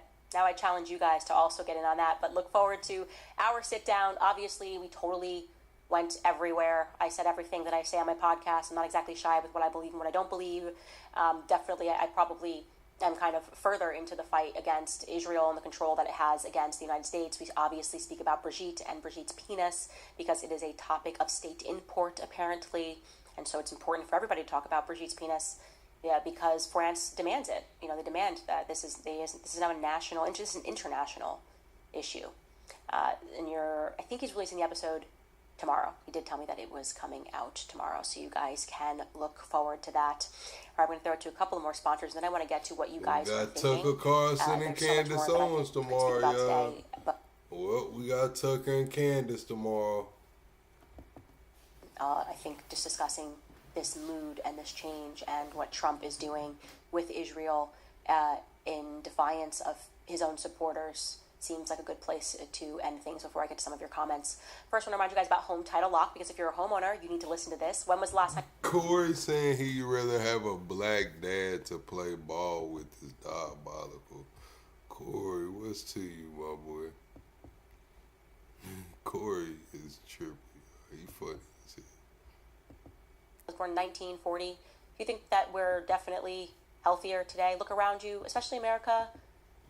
Yeah, I think maybe something went sideways, and apparently RFK Jr. is not trying to correct anything. I don't know where he's at on so many things that he could easily get involved in, namely saying that people are no longer required to inject their children with poison to go to school. That would be like a good thing. But since he's not doing that, what's happening all across America is that they're trying to increase laws so parents don't have a right to claim religious exemption. That's a good thing because On the good side of things, it means that parents are waking up. They realize their children are being poisoned. On the bad side, the flip side of that, is that RFK Jr. is doing absolutely nothing about that. So is it just going to be allowed? Maybe at the end result will be more parents homeschooling. I'm going to homeschool my kids because that's what I think we have to do. I think we have to take control back over our children because the state wants their bodies in every regard. They want their minds, they want their bodies, and it's totally sick and sadistic. Let me stop telling you what I think. Let me get you some of your comments, because that's what I promised you that I was going to do. Okay, first up, who do we have? We have Jess. Jess writes, by luck, I was watching TV, Azteca Mexican News, and while reporting on this, Gaza, the U.S. networks don't report on it. I couldn't get myself to watch the entire report because it was too much. This is genocide. Why is the U.S. supporting it? Because Israel has controlled our foreign policy since they shot JFK. That's the answer, Jess. Marion Hyatt writes, thanks for mentioning Grainge. I worked for his CFO at Universal Music in the UK back in the 2000s. Drugs in my drink and police bought off. It's the era of Bronfman, BTW. Allegedly, I'm going to say at the end of that. Very interesting comment, Marianne. I am not surprised what goes on at these parties. But yeah, the trial was a show trial, so you can ignore that. The feds never find the feds guilty. And not once have the feds ever found the feds guilty. When the feds investigate the feds, they always determine that the feds didn't do nothing. Edwin Mendez writes, hey, Candace, went live with another PC and told him with JD going on his freedom of speech tour, you and a fellow sister in Communion and Conservative, a JD-owned 2028 ticket would be lit. Okay, here's what I would say. JD, I'm interested in knowing where his mind's at right now. He's been quiet on the Epstein stuff, and I really want to like JD Vance. How do y'all think JD Vance feeling about this Epstein shit, man? Press 1 if y'all think JD Vance is with Trump on the Epstein shit. Press 2 if y'all think JD Vance might be, not behind Trump with this Epstein shit, man. Press 1 if you think JD Vance riding with Trump. Press 2 if you do not think he's riding with Trump. About him, so I don't have a feeling about him, and I try not to pass judgment until I can actually get in the room with a politician. But everything that I've heard in the background, people that I trust really like JD Vance. So I'm inclined to want to like JD Vance, but I feel like an easy layup right now, by the way, for Trump and JD Vance, would be to maybe comment on Emmanuel Macron suing a journalist in America. Like, didn't you run on speech? Everything, we can't have this happen in America, First Amendment, blah, blah, blah. Wasn't Trump's entire thing fighting the media that was trying to take him down? Now he's got a sitting president who I feel like is not just coming after me, but you're like daring Trump to do something, right? He's like, I'm the boss of France, and I'm going to start bossing around your constituents. And Trump's just taking it. Like, he flew over here and said, Trump, shut her up. And he's like, yeah, let me call and tell her to shut up, And sure, he did that, like I said, and I was honest about the fact that he did that in the interest of the negotiations that they were having about Ukraine and Russia, which he brought up. There's a lot that was going on at that time. But now, in the retrospect, it ended. He flew and told you what to do. You did it. And now he's going after a journalist in the United States. And you're just going to take that? Like, somebody get Trump his mojo back. Like, say something. Tweet something. Tell him this is ridiculous. This is not acceptable. I don't know. Am I wrong for thinking that it's like crazy that JD Vance and Trump haven't commented on a sitting president of another country suing someone in the United States after, and by the way, we have evidence of this, after hiring a PR team going in the United States to control the narrative? Like, since when is a foreign nation allowed to do that other than Israel, AIPAC? Since when are they allowed to, just hire PR teams and try to get... Damn, they is kind of piling it on Candace here. They is kind of piling it on it. I mean, this is the president of another country going after her.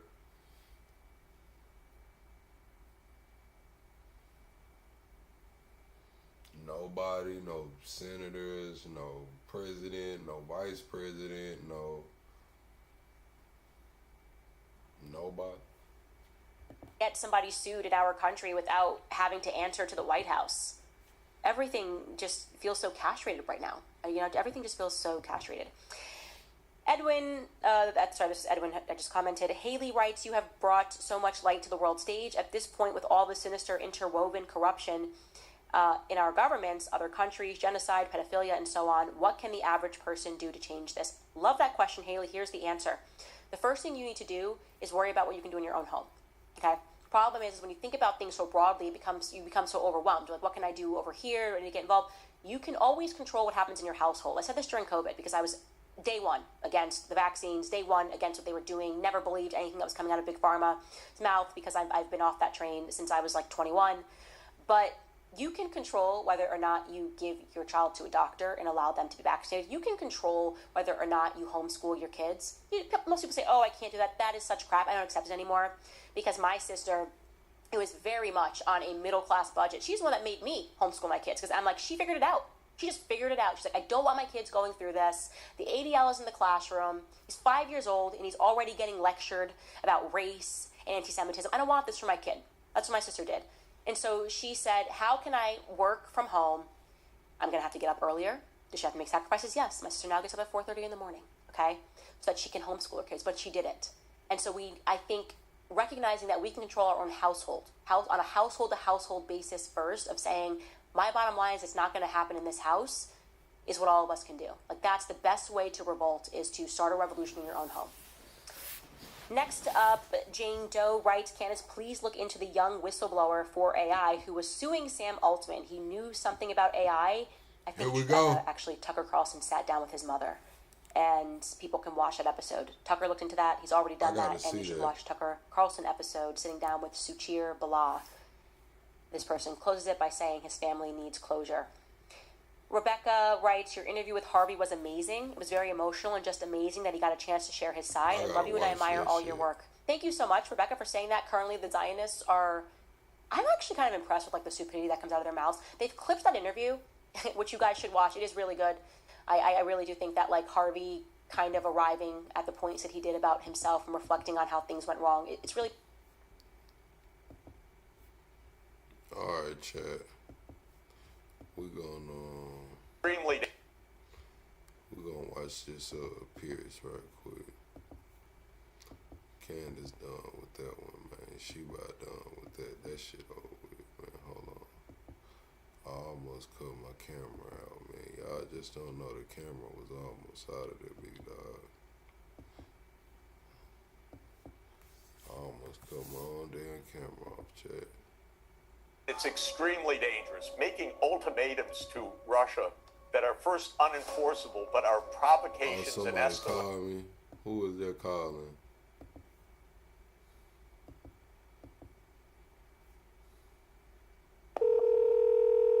Somebody called me from a pizza place. Is crazy. Hello? Go to bed, man.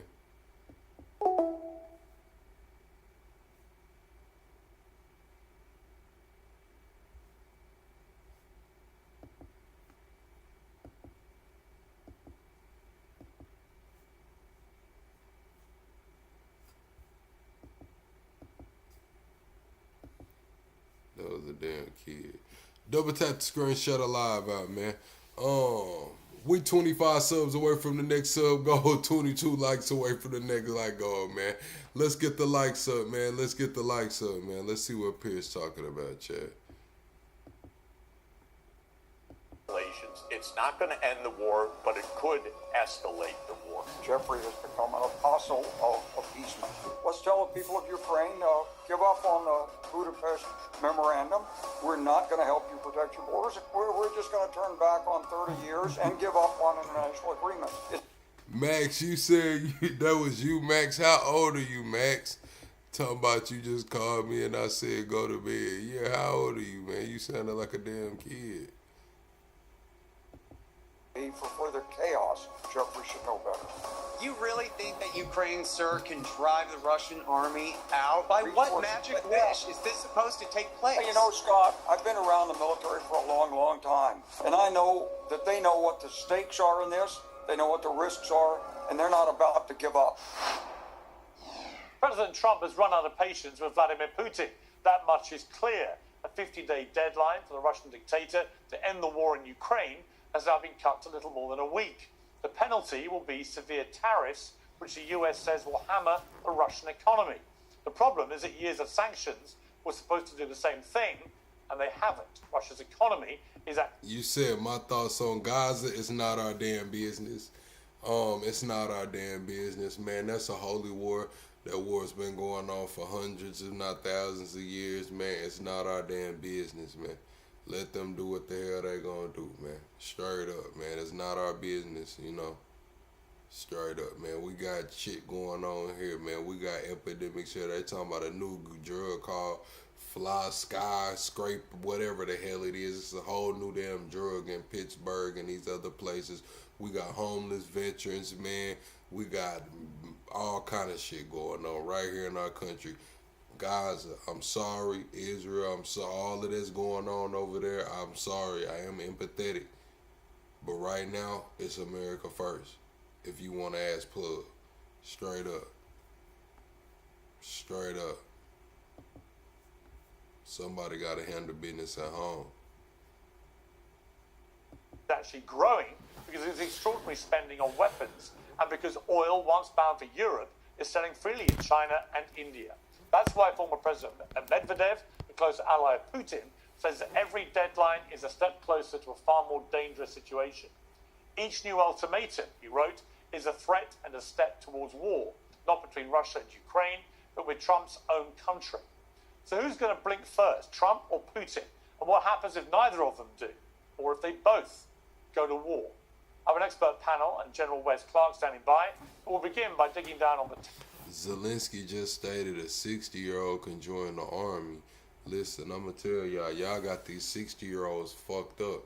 See, the 60-year-olds of 2025 is not like the 60-year-olds of the 80s and 70s, bro. Like, these 60-year-olds right now, I just seen a dude that was 64 on YouTube going viral right now. Dude look like he like 39, 40, maybe. Somebody 60, like 65, 66, talking about he got grandkids my age, you know what I'm saying? Like, hey man, these 65-year-olds, man, especially when you get to talking about putting M4s and rifles in their hands and shit, man, we ain't talking about hand-to-hand combat no more. They over there using drone warfare and shit. Hey man, somebody gotta cook the food, somebody gotta be a medic, you know, shit. They got places for them 60-year-olds. Tariffs and sanctions question with economist and Professor Jeffrey Sachs. Professor Sachs, great to have you back on Uncensored. I know the line isn't great where you are, so let me just ask you, just straightforwardly, if Trump in a few days launches a massive tariff war against Russia, will it have more impact on the Russian economy than the sanctions strategy, which doesn't appear to have worked? I don't think so. I think that Trump's threats are basically unenforceable. Russia is exporting its energy to Asian countries, especially to China and India. Both have made clear that they will continue to import Russian oil.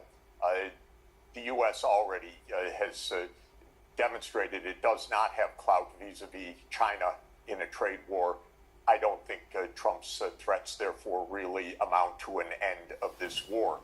The problem is that what the Western countries are demanding is not a peace agreement. They're demanding a ceasefire. They're not ready to talk about actually the underlying causes of the conflict. And that's very frustrating because the war could end in a day. It could end in a week if there was more honesty on both sides about what should be done.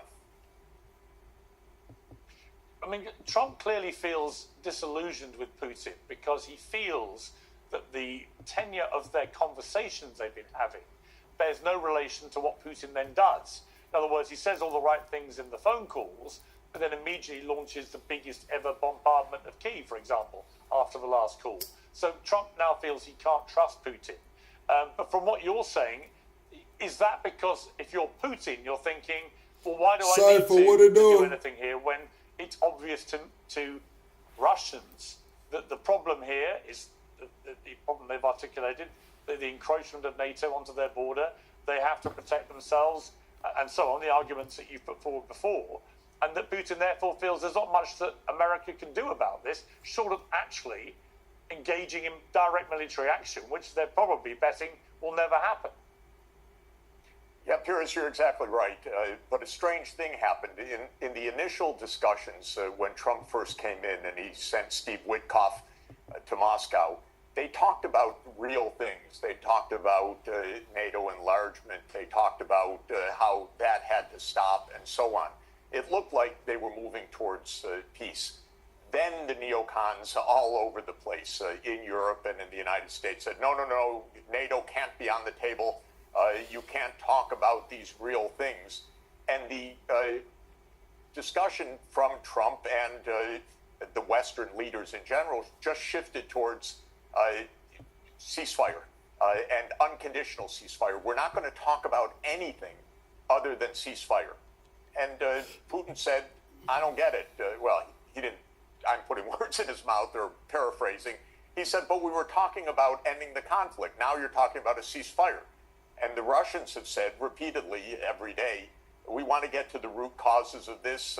This is not just a delay for another attack by the West. We know how many people hate us. This is clear. They hate us in Britain. They hate us in France. They hate us in the U.S. We want to get to the root causes. We don't want just a pause. And the Western leaders never came back to even a moment of basic discussion about NATO, for example. Mark Rutte, the Secretary General of NATO, concluded the recent NATO summit in The Hague by saying Ukraine is irrevocably going to be a NATO member. Well, duh. How are we going to have a peace if the Western countries are basically saying we're not going to discuss anything other than what we demand? So it's a kind of a conversation of the deaf on both sides. I mean, Trump may be perturbed that he's not getting his way, but maybe he doesn't understand. The first days of discussion between the U.S. and Russia were completely different from what's happening right now. There was real discussion about the real issues of this war. I know that because I spoke with the Russian side, I spoke with the American side. It was actually moving towards a peace. It really was. Then suddenly, because of Starmer, because of Macron, because of Lindsey Graham, because of Dick Blumenthal, because of the CIA, because of everybody, they told Trump, no, you can't say anything about NATO enlargement. And all of that discussion ended. So this is a kind of a dialogue of the deaf, and it's extremely dangerous. Medvedev is absolutely right. Making ultimatums to Russia that are first unenforceable, but are provocations and escalations.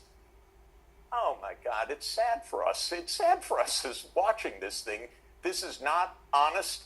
It's not leading anywhere. It's not going to end the war, but it could escalate the war. Jeffrey Sachs, a rather ominous way to end that, but I really appreciate you joining us. Thank you very much. Great to be with you. Thank you. Well, turning to my panel now. Now, just to be clear, I'm away from my usual studio. I'm in New York, working on a very slight delay. So I begin with a polite request for everyone on today's panel to maybe allow each other to speak and to then respond. That would be a refreshing change to some of the more aggressive shouting matches we have got into recently. Now, General Wesley Clark, the former Supreme Allied Commander of NATO, is with me. Henry Sadarian, the Russian state TV commentator and politics dean at Moscow University. Scott Horton, the author of Provoked and host of the Scott Horton Show. And the veteran journalist, John Sweeney, who has spent many months reporting from Ukraine, also joins me. So a stellar panel. Let me start with you, General Clark. Welcome back to Uncensored. Hey, that man got his chest out like he on the damn beach, don't he? From a military perspective, where are... You said, what the fuck Fat Joe do? You gotta go read the paperwork. He got a silver suit going on right now. The war in Ukraine. Well, I think we're at a point where both sides are continuing to fight. Both sides are innovating. Russia continues to throw resources into it. The front line's not moving much. Destruction on both sides in depth has increased. Ukraine's able to strike deep more effectively. Russia's increasing its drone production. So you'd have to say that the war is intensifying. Professor Jeffrey Sachs was basically saying there was a deal to be done to bring an end to the war, but that at the last minute it all disintegrated because there's no acceptance on... Hey, y'all let me know, man. True said I've been on Russia, Ukraine from the giddy up. I went Russia on this one, man. Press 1 if y'all on Russia's side of the war. Press 2 if you're on Ukraine's side. Press 3 if it ain't your business. 1 for Russia, 2 for Ukraine, 3 for if it ain't your business. On behalf of the West in these negotiations, that Russia's ultimate motivation, as he put it, for this war, which was NATO encroachment, was just not being addressed properly. Do you accept that, or do you think that is a spurious defense put up for Putin's larger ambitions? Well, I think Jeffrey has become an apostle of appeasement. There was no deal to be made unless you say, look, we don't like this war, so let's tell the people of Ukraine, give up on the Budapest memorandum. We're not going to help you protect your borders. And by the way, the Baltic states, Poland, the rest of you, forget about your membership of NATO. We agree with Russia's root cause, and so we're just going to turn back on 30 years and give up on international agreements. This would unleash a terrible instability in Europe and a global instability as well. It's not a recipe for peace. It's a recipe for further chaos in the international community. Jeffrey should know better. Today's show is brought to you by Oxford Natural, makers of the Optimum Day and Optimum Night. Into Ukraine a lot. My brother and brother-in-law both were British Army colonels. We've had long conversations about this situation. My brother was always from the start clear that he did not believe Ukraine could win this war militarily without the Americans actively getting engaged in fighting themselves, which was never going to happen.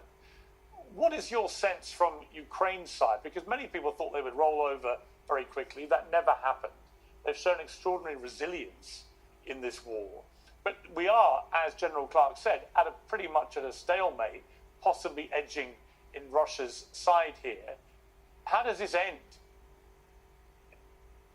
It ends with Russia being crushed because Putin does not want to stop the war. But listen, the Russians have taken a million casualties, either dead or horribly maimed, so that they're out of the war. And if the war stops, then maybe Russia will wake up from its zombie brainwashing state and go, what the hell was that about? Why have we lost so many people? Ukraine, in fact, has been doing your brother or your brother-in-law were dead wrong. Without American boots on the ground, Ukraine has fought heroically and bravely and incredibly inventively. So for almost my entire life as a war reporter from the late 80s, I've been dodging artillery. And that's normally in history, or certainly in the First World War and the Second. New Zealand, what it do? Y'all double tap the screen, shut a live out, man. We 22 subs away from the next sub goal, man. Double tapping the screen is how you support the channel for free. We go live over here every single night talking politics, entertainment, and current events, man. Welcome to the greatest damn show on YouTube, man. Tonight we chilling, laid back. We doing some reactions, man. We do got the phone lines open, though. We do got the phone lines open. I'm finna go grab something to eat. War, being hurt or killed by shrapnel from artillery was the major cause of death. Not bullets, but shrapnel from artillery. Now, in the last couple of years, from 2023, 24, and certainly this year, it's drones.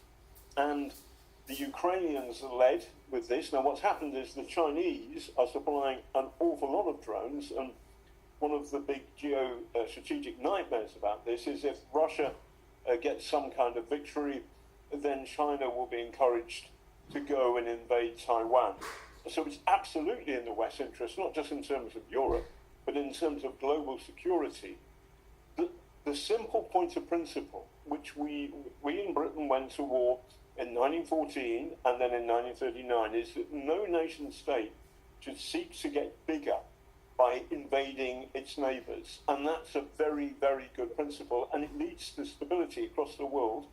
And Russia, under Putin, has broken that principle. And that is why there will only be peace in the world, or a better chance of peace in the world, if Russia is defeated. And the problem has been not Ukrainian courage. There's a lot of it because, frankly, if they give in, if they surrender, then it's over for them and for their nation and all the horrors that go with that. So they're going to keep on fighting, come what may.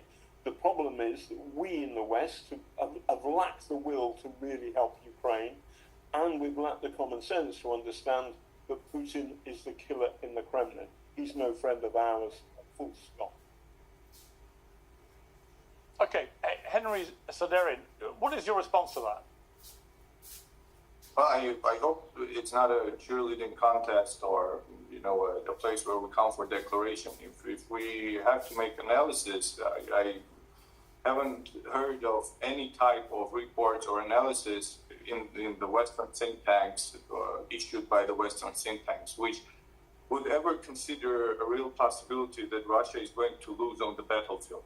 Usually what I see is that the Western countries should put a lot of effort in order to destabilize Russia inside in terms of our inner politics, try to overthrow our constitutional order. Usually that is the main target which is set by those big think tanks. So for these years, maybe starting from 2014, starting with Barack Obama, we've heard that we're a small regional country with a disastrous economy and that we're going to be destroyed just like this. If the Western countries decide to start sanctions against our country, then Russia is going to be destroyed. And that started in 2014, and up until now, each year there are interviews and panels like this which are usually discussing how is that possible the Russian economy is growing, Russian army is growing, etc., etc. So it is obvious that no matter what are your ethical values or your view on the conflict, it is obvious. You said, what did he say? Why are you still talking about Gaza when the league was just in New York for a conference condemning Hamas? Because that's this topic today. We talking about the wars. We was just talking about Trump, Epstein, Diddy. Now we to the next part of the show. We talking about the wars. Double tap the screen, shut it live out. Is that the way in which we got the phone lines open. Countries reacted during these years on Russia's, well, at least questions which were put by our political authorities. The way the Western countries reacted is not efficient. It doesn't work. Because initially, before starting the special military operation, Russian authorities, Russian Minister of Foreign Affairs and our president, they asked only for one thing, that maybe we can meet and discuss the security structure and security architecture in Europe. Because we have a lot of issues which really are problematic for our country, because during this year, starting from 1991, Russia hasn't moved towards NATO for an inch, because we never have enlarged our military union towards European countries. But each time we've heard that in order to to contain Iran, we have to take Poland and Baltic countries as part of NATO. And that's why there were many issues which were usually problematic for Russia, and Russia wanted to discuss them. But usually the answer was that we should shut up and that no one is going to discuss anything with Russia. And each time it happened, then we were asked that, you should stop. You should stop this, you should stop that. And as a result, we can even look into the negotiation process right now. For a year or two, Russia was telling that we are ready for ceasefire, and we were told by the European countries that no ceasefire is needed. We need a full-scale peace agreement. Now, when Russia said that, okay, we want to discuss a full-scale peace agreement, which will include all the issues that should be dealt with, we are told by the European countries that no, we need a ceasefire right now, a 30-day ceasefire, 2-month ceasefire, but no full-scale peace agreement. And my personal opinion is that a peace agreement it could be reached, but with all the due respect, that is an issue which should be discussed between the President of Russian Federation and the United States, because the issues which we should settle, or as President Trump likes to say, the deal we should make, it includes a lot of questions which are concentrated not only in Ukraine. but around Europe as well. And that's why we need those negotiations between the leaders. We need to address those questions. But I personally, really, I don't know how we can make a deal in the way the European countries want us to make it if during the 3 years, the only thing we hear is that the European countries are getting ready for making a war with Russia. I hear it each time from German Chancellor, which says, or the German Minister of Defense, that in 2029 we are going to have war with Russia. I think that's not the best rhetoric we need if we are going to reach a disagreement. Okay, before I go to you, Scott Horton, I know you've been waiting patiently. I just saw you gesticulating with facial expressions there that suggested, John Sweeney, you weren't entirely agreeing with what you were hearing there. So very quickly respond.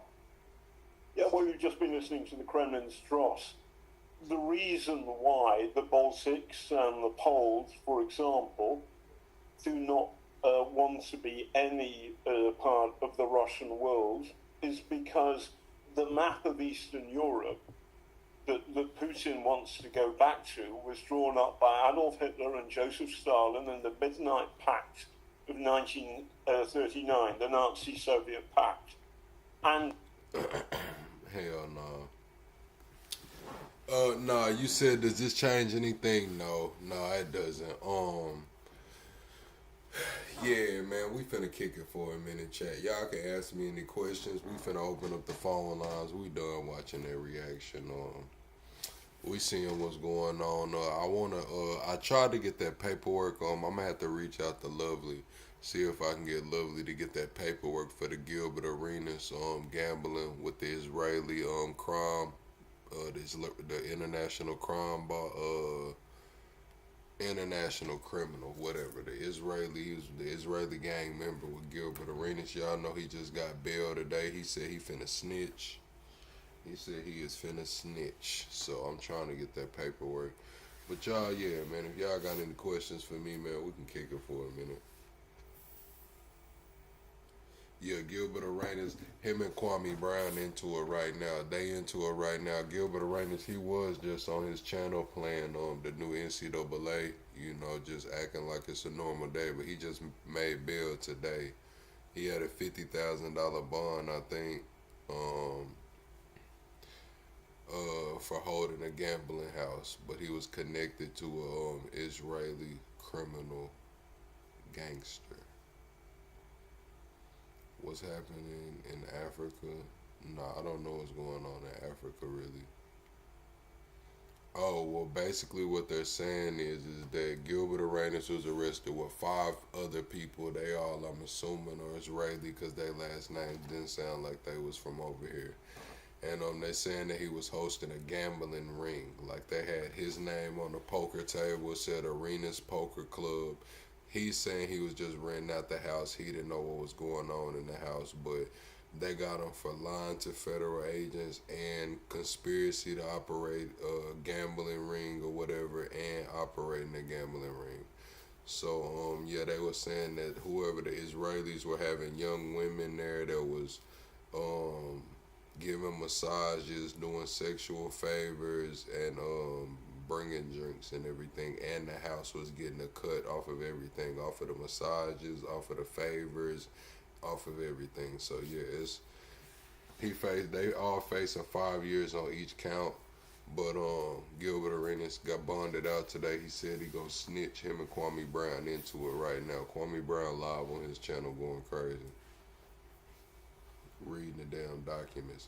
They saying Gilbert Arenas was in text messages asking could they find somebody to host the gambling night. So he's saying he didn't know, but in the paperwork it's saying they got text messages saying that he was asking people who can host the gambling night.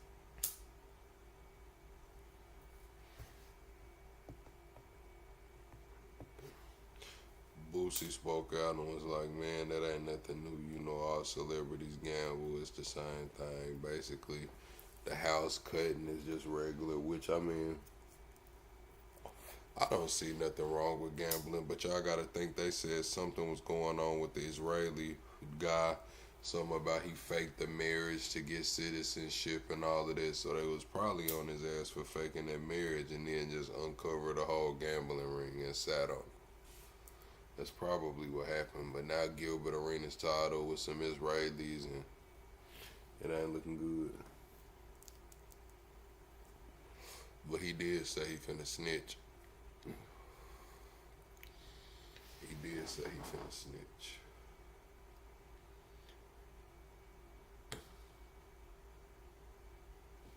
It's crazy to me, man. It is crazy to me that Gilbert Arenas got caught with this race. I don't know if he's still the Wizards leading scorer. I would assume he is, but shit, man, he not high neither. Like he making videos. He was recording soon as he was coming out of court. He was on live earlier playing NCAA. Like Shannon Sharp got hit with another lawsuit. They saying somebody's suing Shannon Sharp again. I don't think it's for no allegations like that, but he is getting sued again, I believe. They done fired him from ESPN. Now Gilbert got a case. Smokey Robinson got some more cases.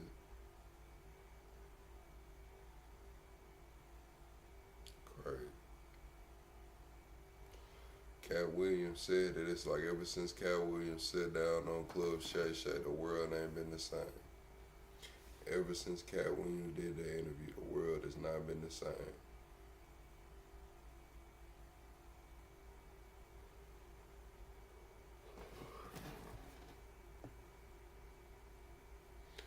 Man, straight up, man. They ever since Cat Williams sat down, the world has not been the damn same, man. Crazy. Then I haven't done my research. Tomorrow we probably gonna talk about the burn bags. They talking about Cash Patel done found burn bags of evidence that the FBI was finna burn regarding Hillary Clinton and the Russia hoax, and I don't know what's going on, man. This shit is a damn circus. Now it's the damn Democrats and the Comey lady putting extra stuff in the Epstein files, and now it's they burning evidence still to this day. And how did y'all find a burn bag of evidence and ain't nobody went to jail? Somebody should have been getting walked out of the FBI office right then. If you found the burn bag of evidence, somebody should be getting walked the fuck out of the office right now. Somebody ass should have been fired. Why we ain't seen nobody get fired? Why ain't they pointing no fingers at, oh, such and such got fired? They was colluding to burn this evidence. We hearing about it. Why we ain't hearing about nobody getting their ass fired? Who was walking in and out of their damn bed? Who was putting them burn bags together? Who told them to put them burn bags together? Now we finally get it today. I seen one of these channels put it out there talking about the missing minute of footage that we've been asking Pam Bondi for, talking about she was mistaken.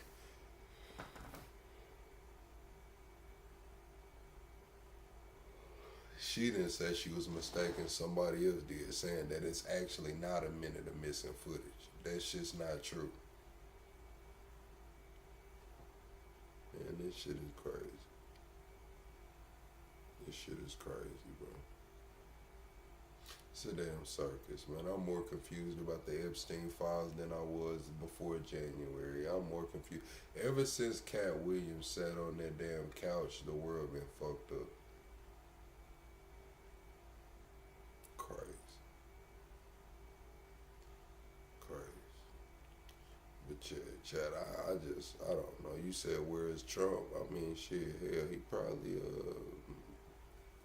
at Mar-a-Lago or the White House. Hell, I don't know where he is.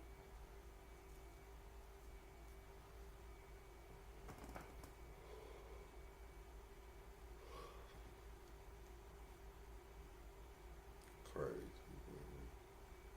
I'm gonna tell y'all, chat. What really surprised me was Kamala not running. Kamala not running for governor. I think she's scared of NEWSOME, honestly. I would like to think that the left is trying to come together like, oh, it's not going to be a good look if Kamala runs against Newsom. Maybe she just, like, all right, we're going to let Newsom have it. But with Kamala not running against Newsom, that made me feel like Newsom going to have, a streamlined path to running for president. They might be ready to push Newsom to the front. If Kamala's not going to contest him for governor, I don't think they're going to run Kamala again. They might be getting ready to push Newsom.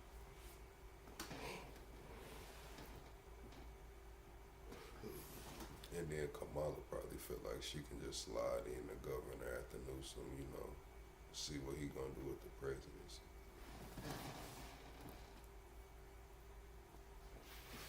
Probably what they trying to do, just let Newsom ride it out, see him run for president, see what Kamala gonna do, if she gonna slide in the governor after what they see what Newsom do with the presidency.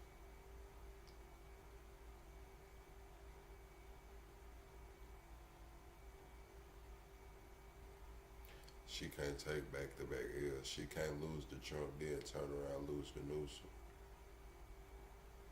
She can't do that. So she went on and said she not running for governor.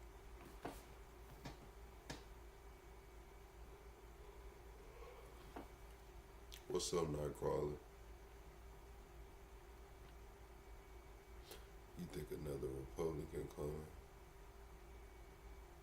What's crazy is what Candace said too, though. It's like she's getting sued by a French president and nobody spoke out about it. Like none of mainstream media spoke out about it. Nobody from the White House has commented on it.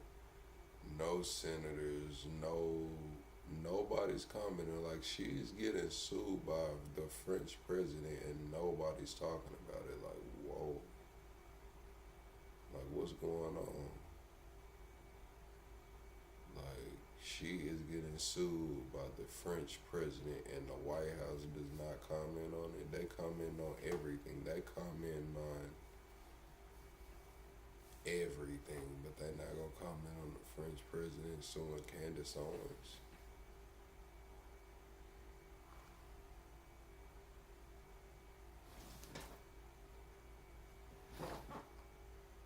Am I tripping, chat, or is that kind of like crazy that they not talking about it? Like, am I tripping, or is that crazy that nobody's commenting on Candace getting sued? You said, why would they? It's the damn president. It's not like Candace Owens getting sued by somebody. This is some diplomatic shit.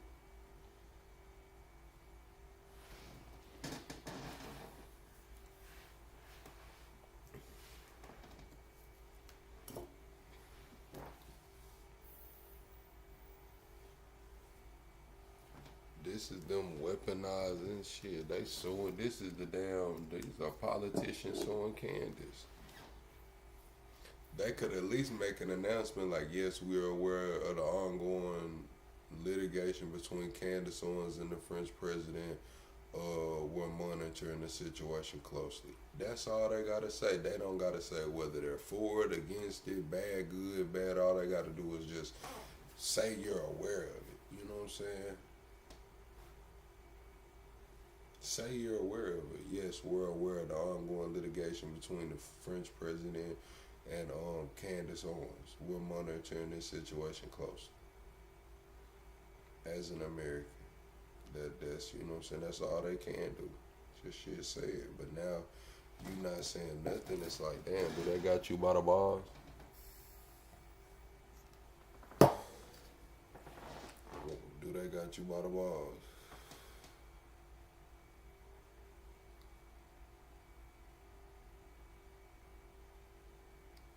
I'm ready to watch that Tucker interview. I want to see what Candace and Tucker said. They sat down today. What's up, Grapeseed? You said a curtain falling down. We seen who pulled through the strings. Yeah. Nah, for sure. I want to see that Candace and Tucker interview tomorrow. I feel like that's going to be a good interview. I'm I'm trying to get some debates lined up for the Debate Nation channel. I'm trying to get some debates lined up. I want to get somebody to debate immigration. I want to get somebody to debate for immigration, against immigration. Get a couple people up here to debate. I need some good debaters, though. I can't have nobody that's, you know what I mean? I need somebody that can debate 3 topics.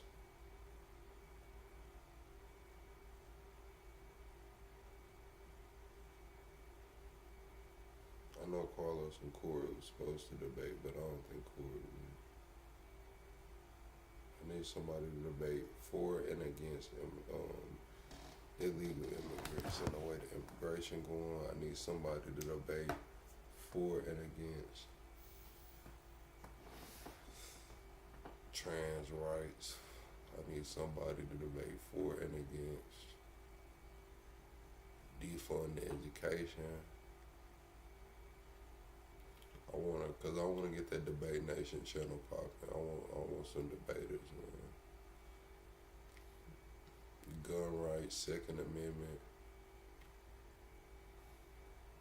I debate that Second Amendment. Somebody wanna debate me on the Second Amendment. I debate that motherfucker all night.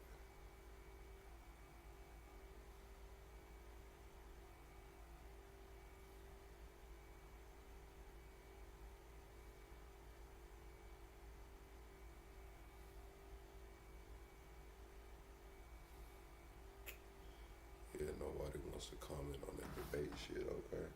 That's cool. Y'all can just listen to me talk.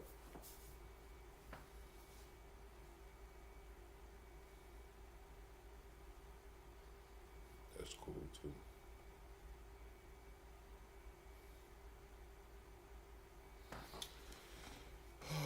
But yeah, chat, y'all be sure to tap into my videos. We finna get out of here, man. I'm gonna be back live tomorrow. We're gonna do another live tomorrow. I'll probably do an early live tomorrow, do a call-in live. Y'all wanna watch some videos tomorrow, y'all wanna do a call-in live, man. Let's do a call-in live in the morning. We're gonna do a call-in live, man. See what's going on, man. Y'all double tap the screen on your way out, man. We still need to get to 100 likes. And we need to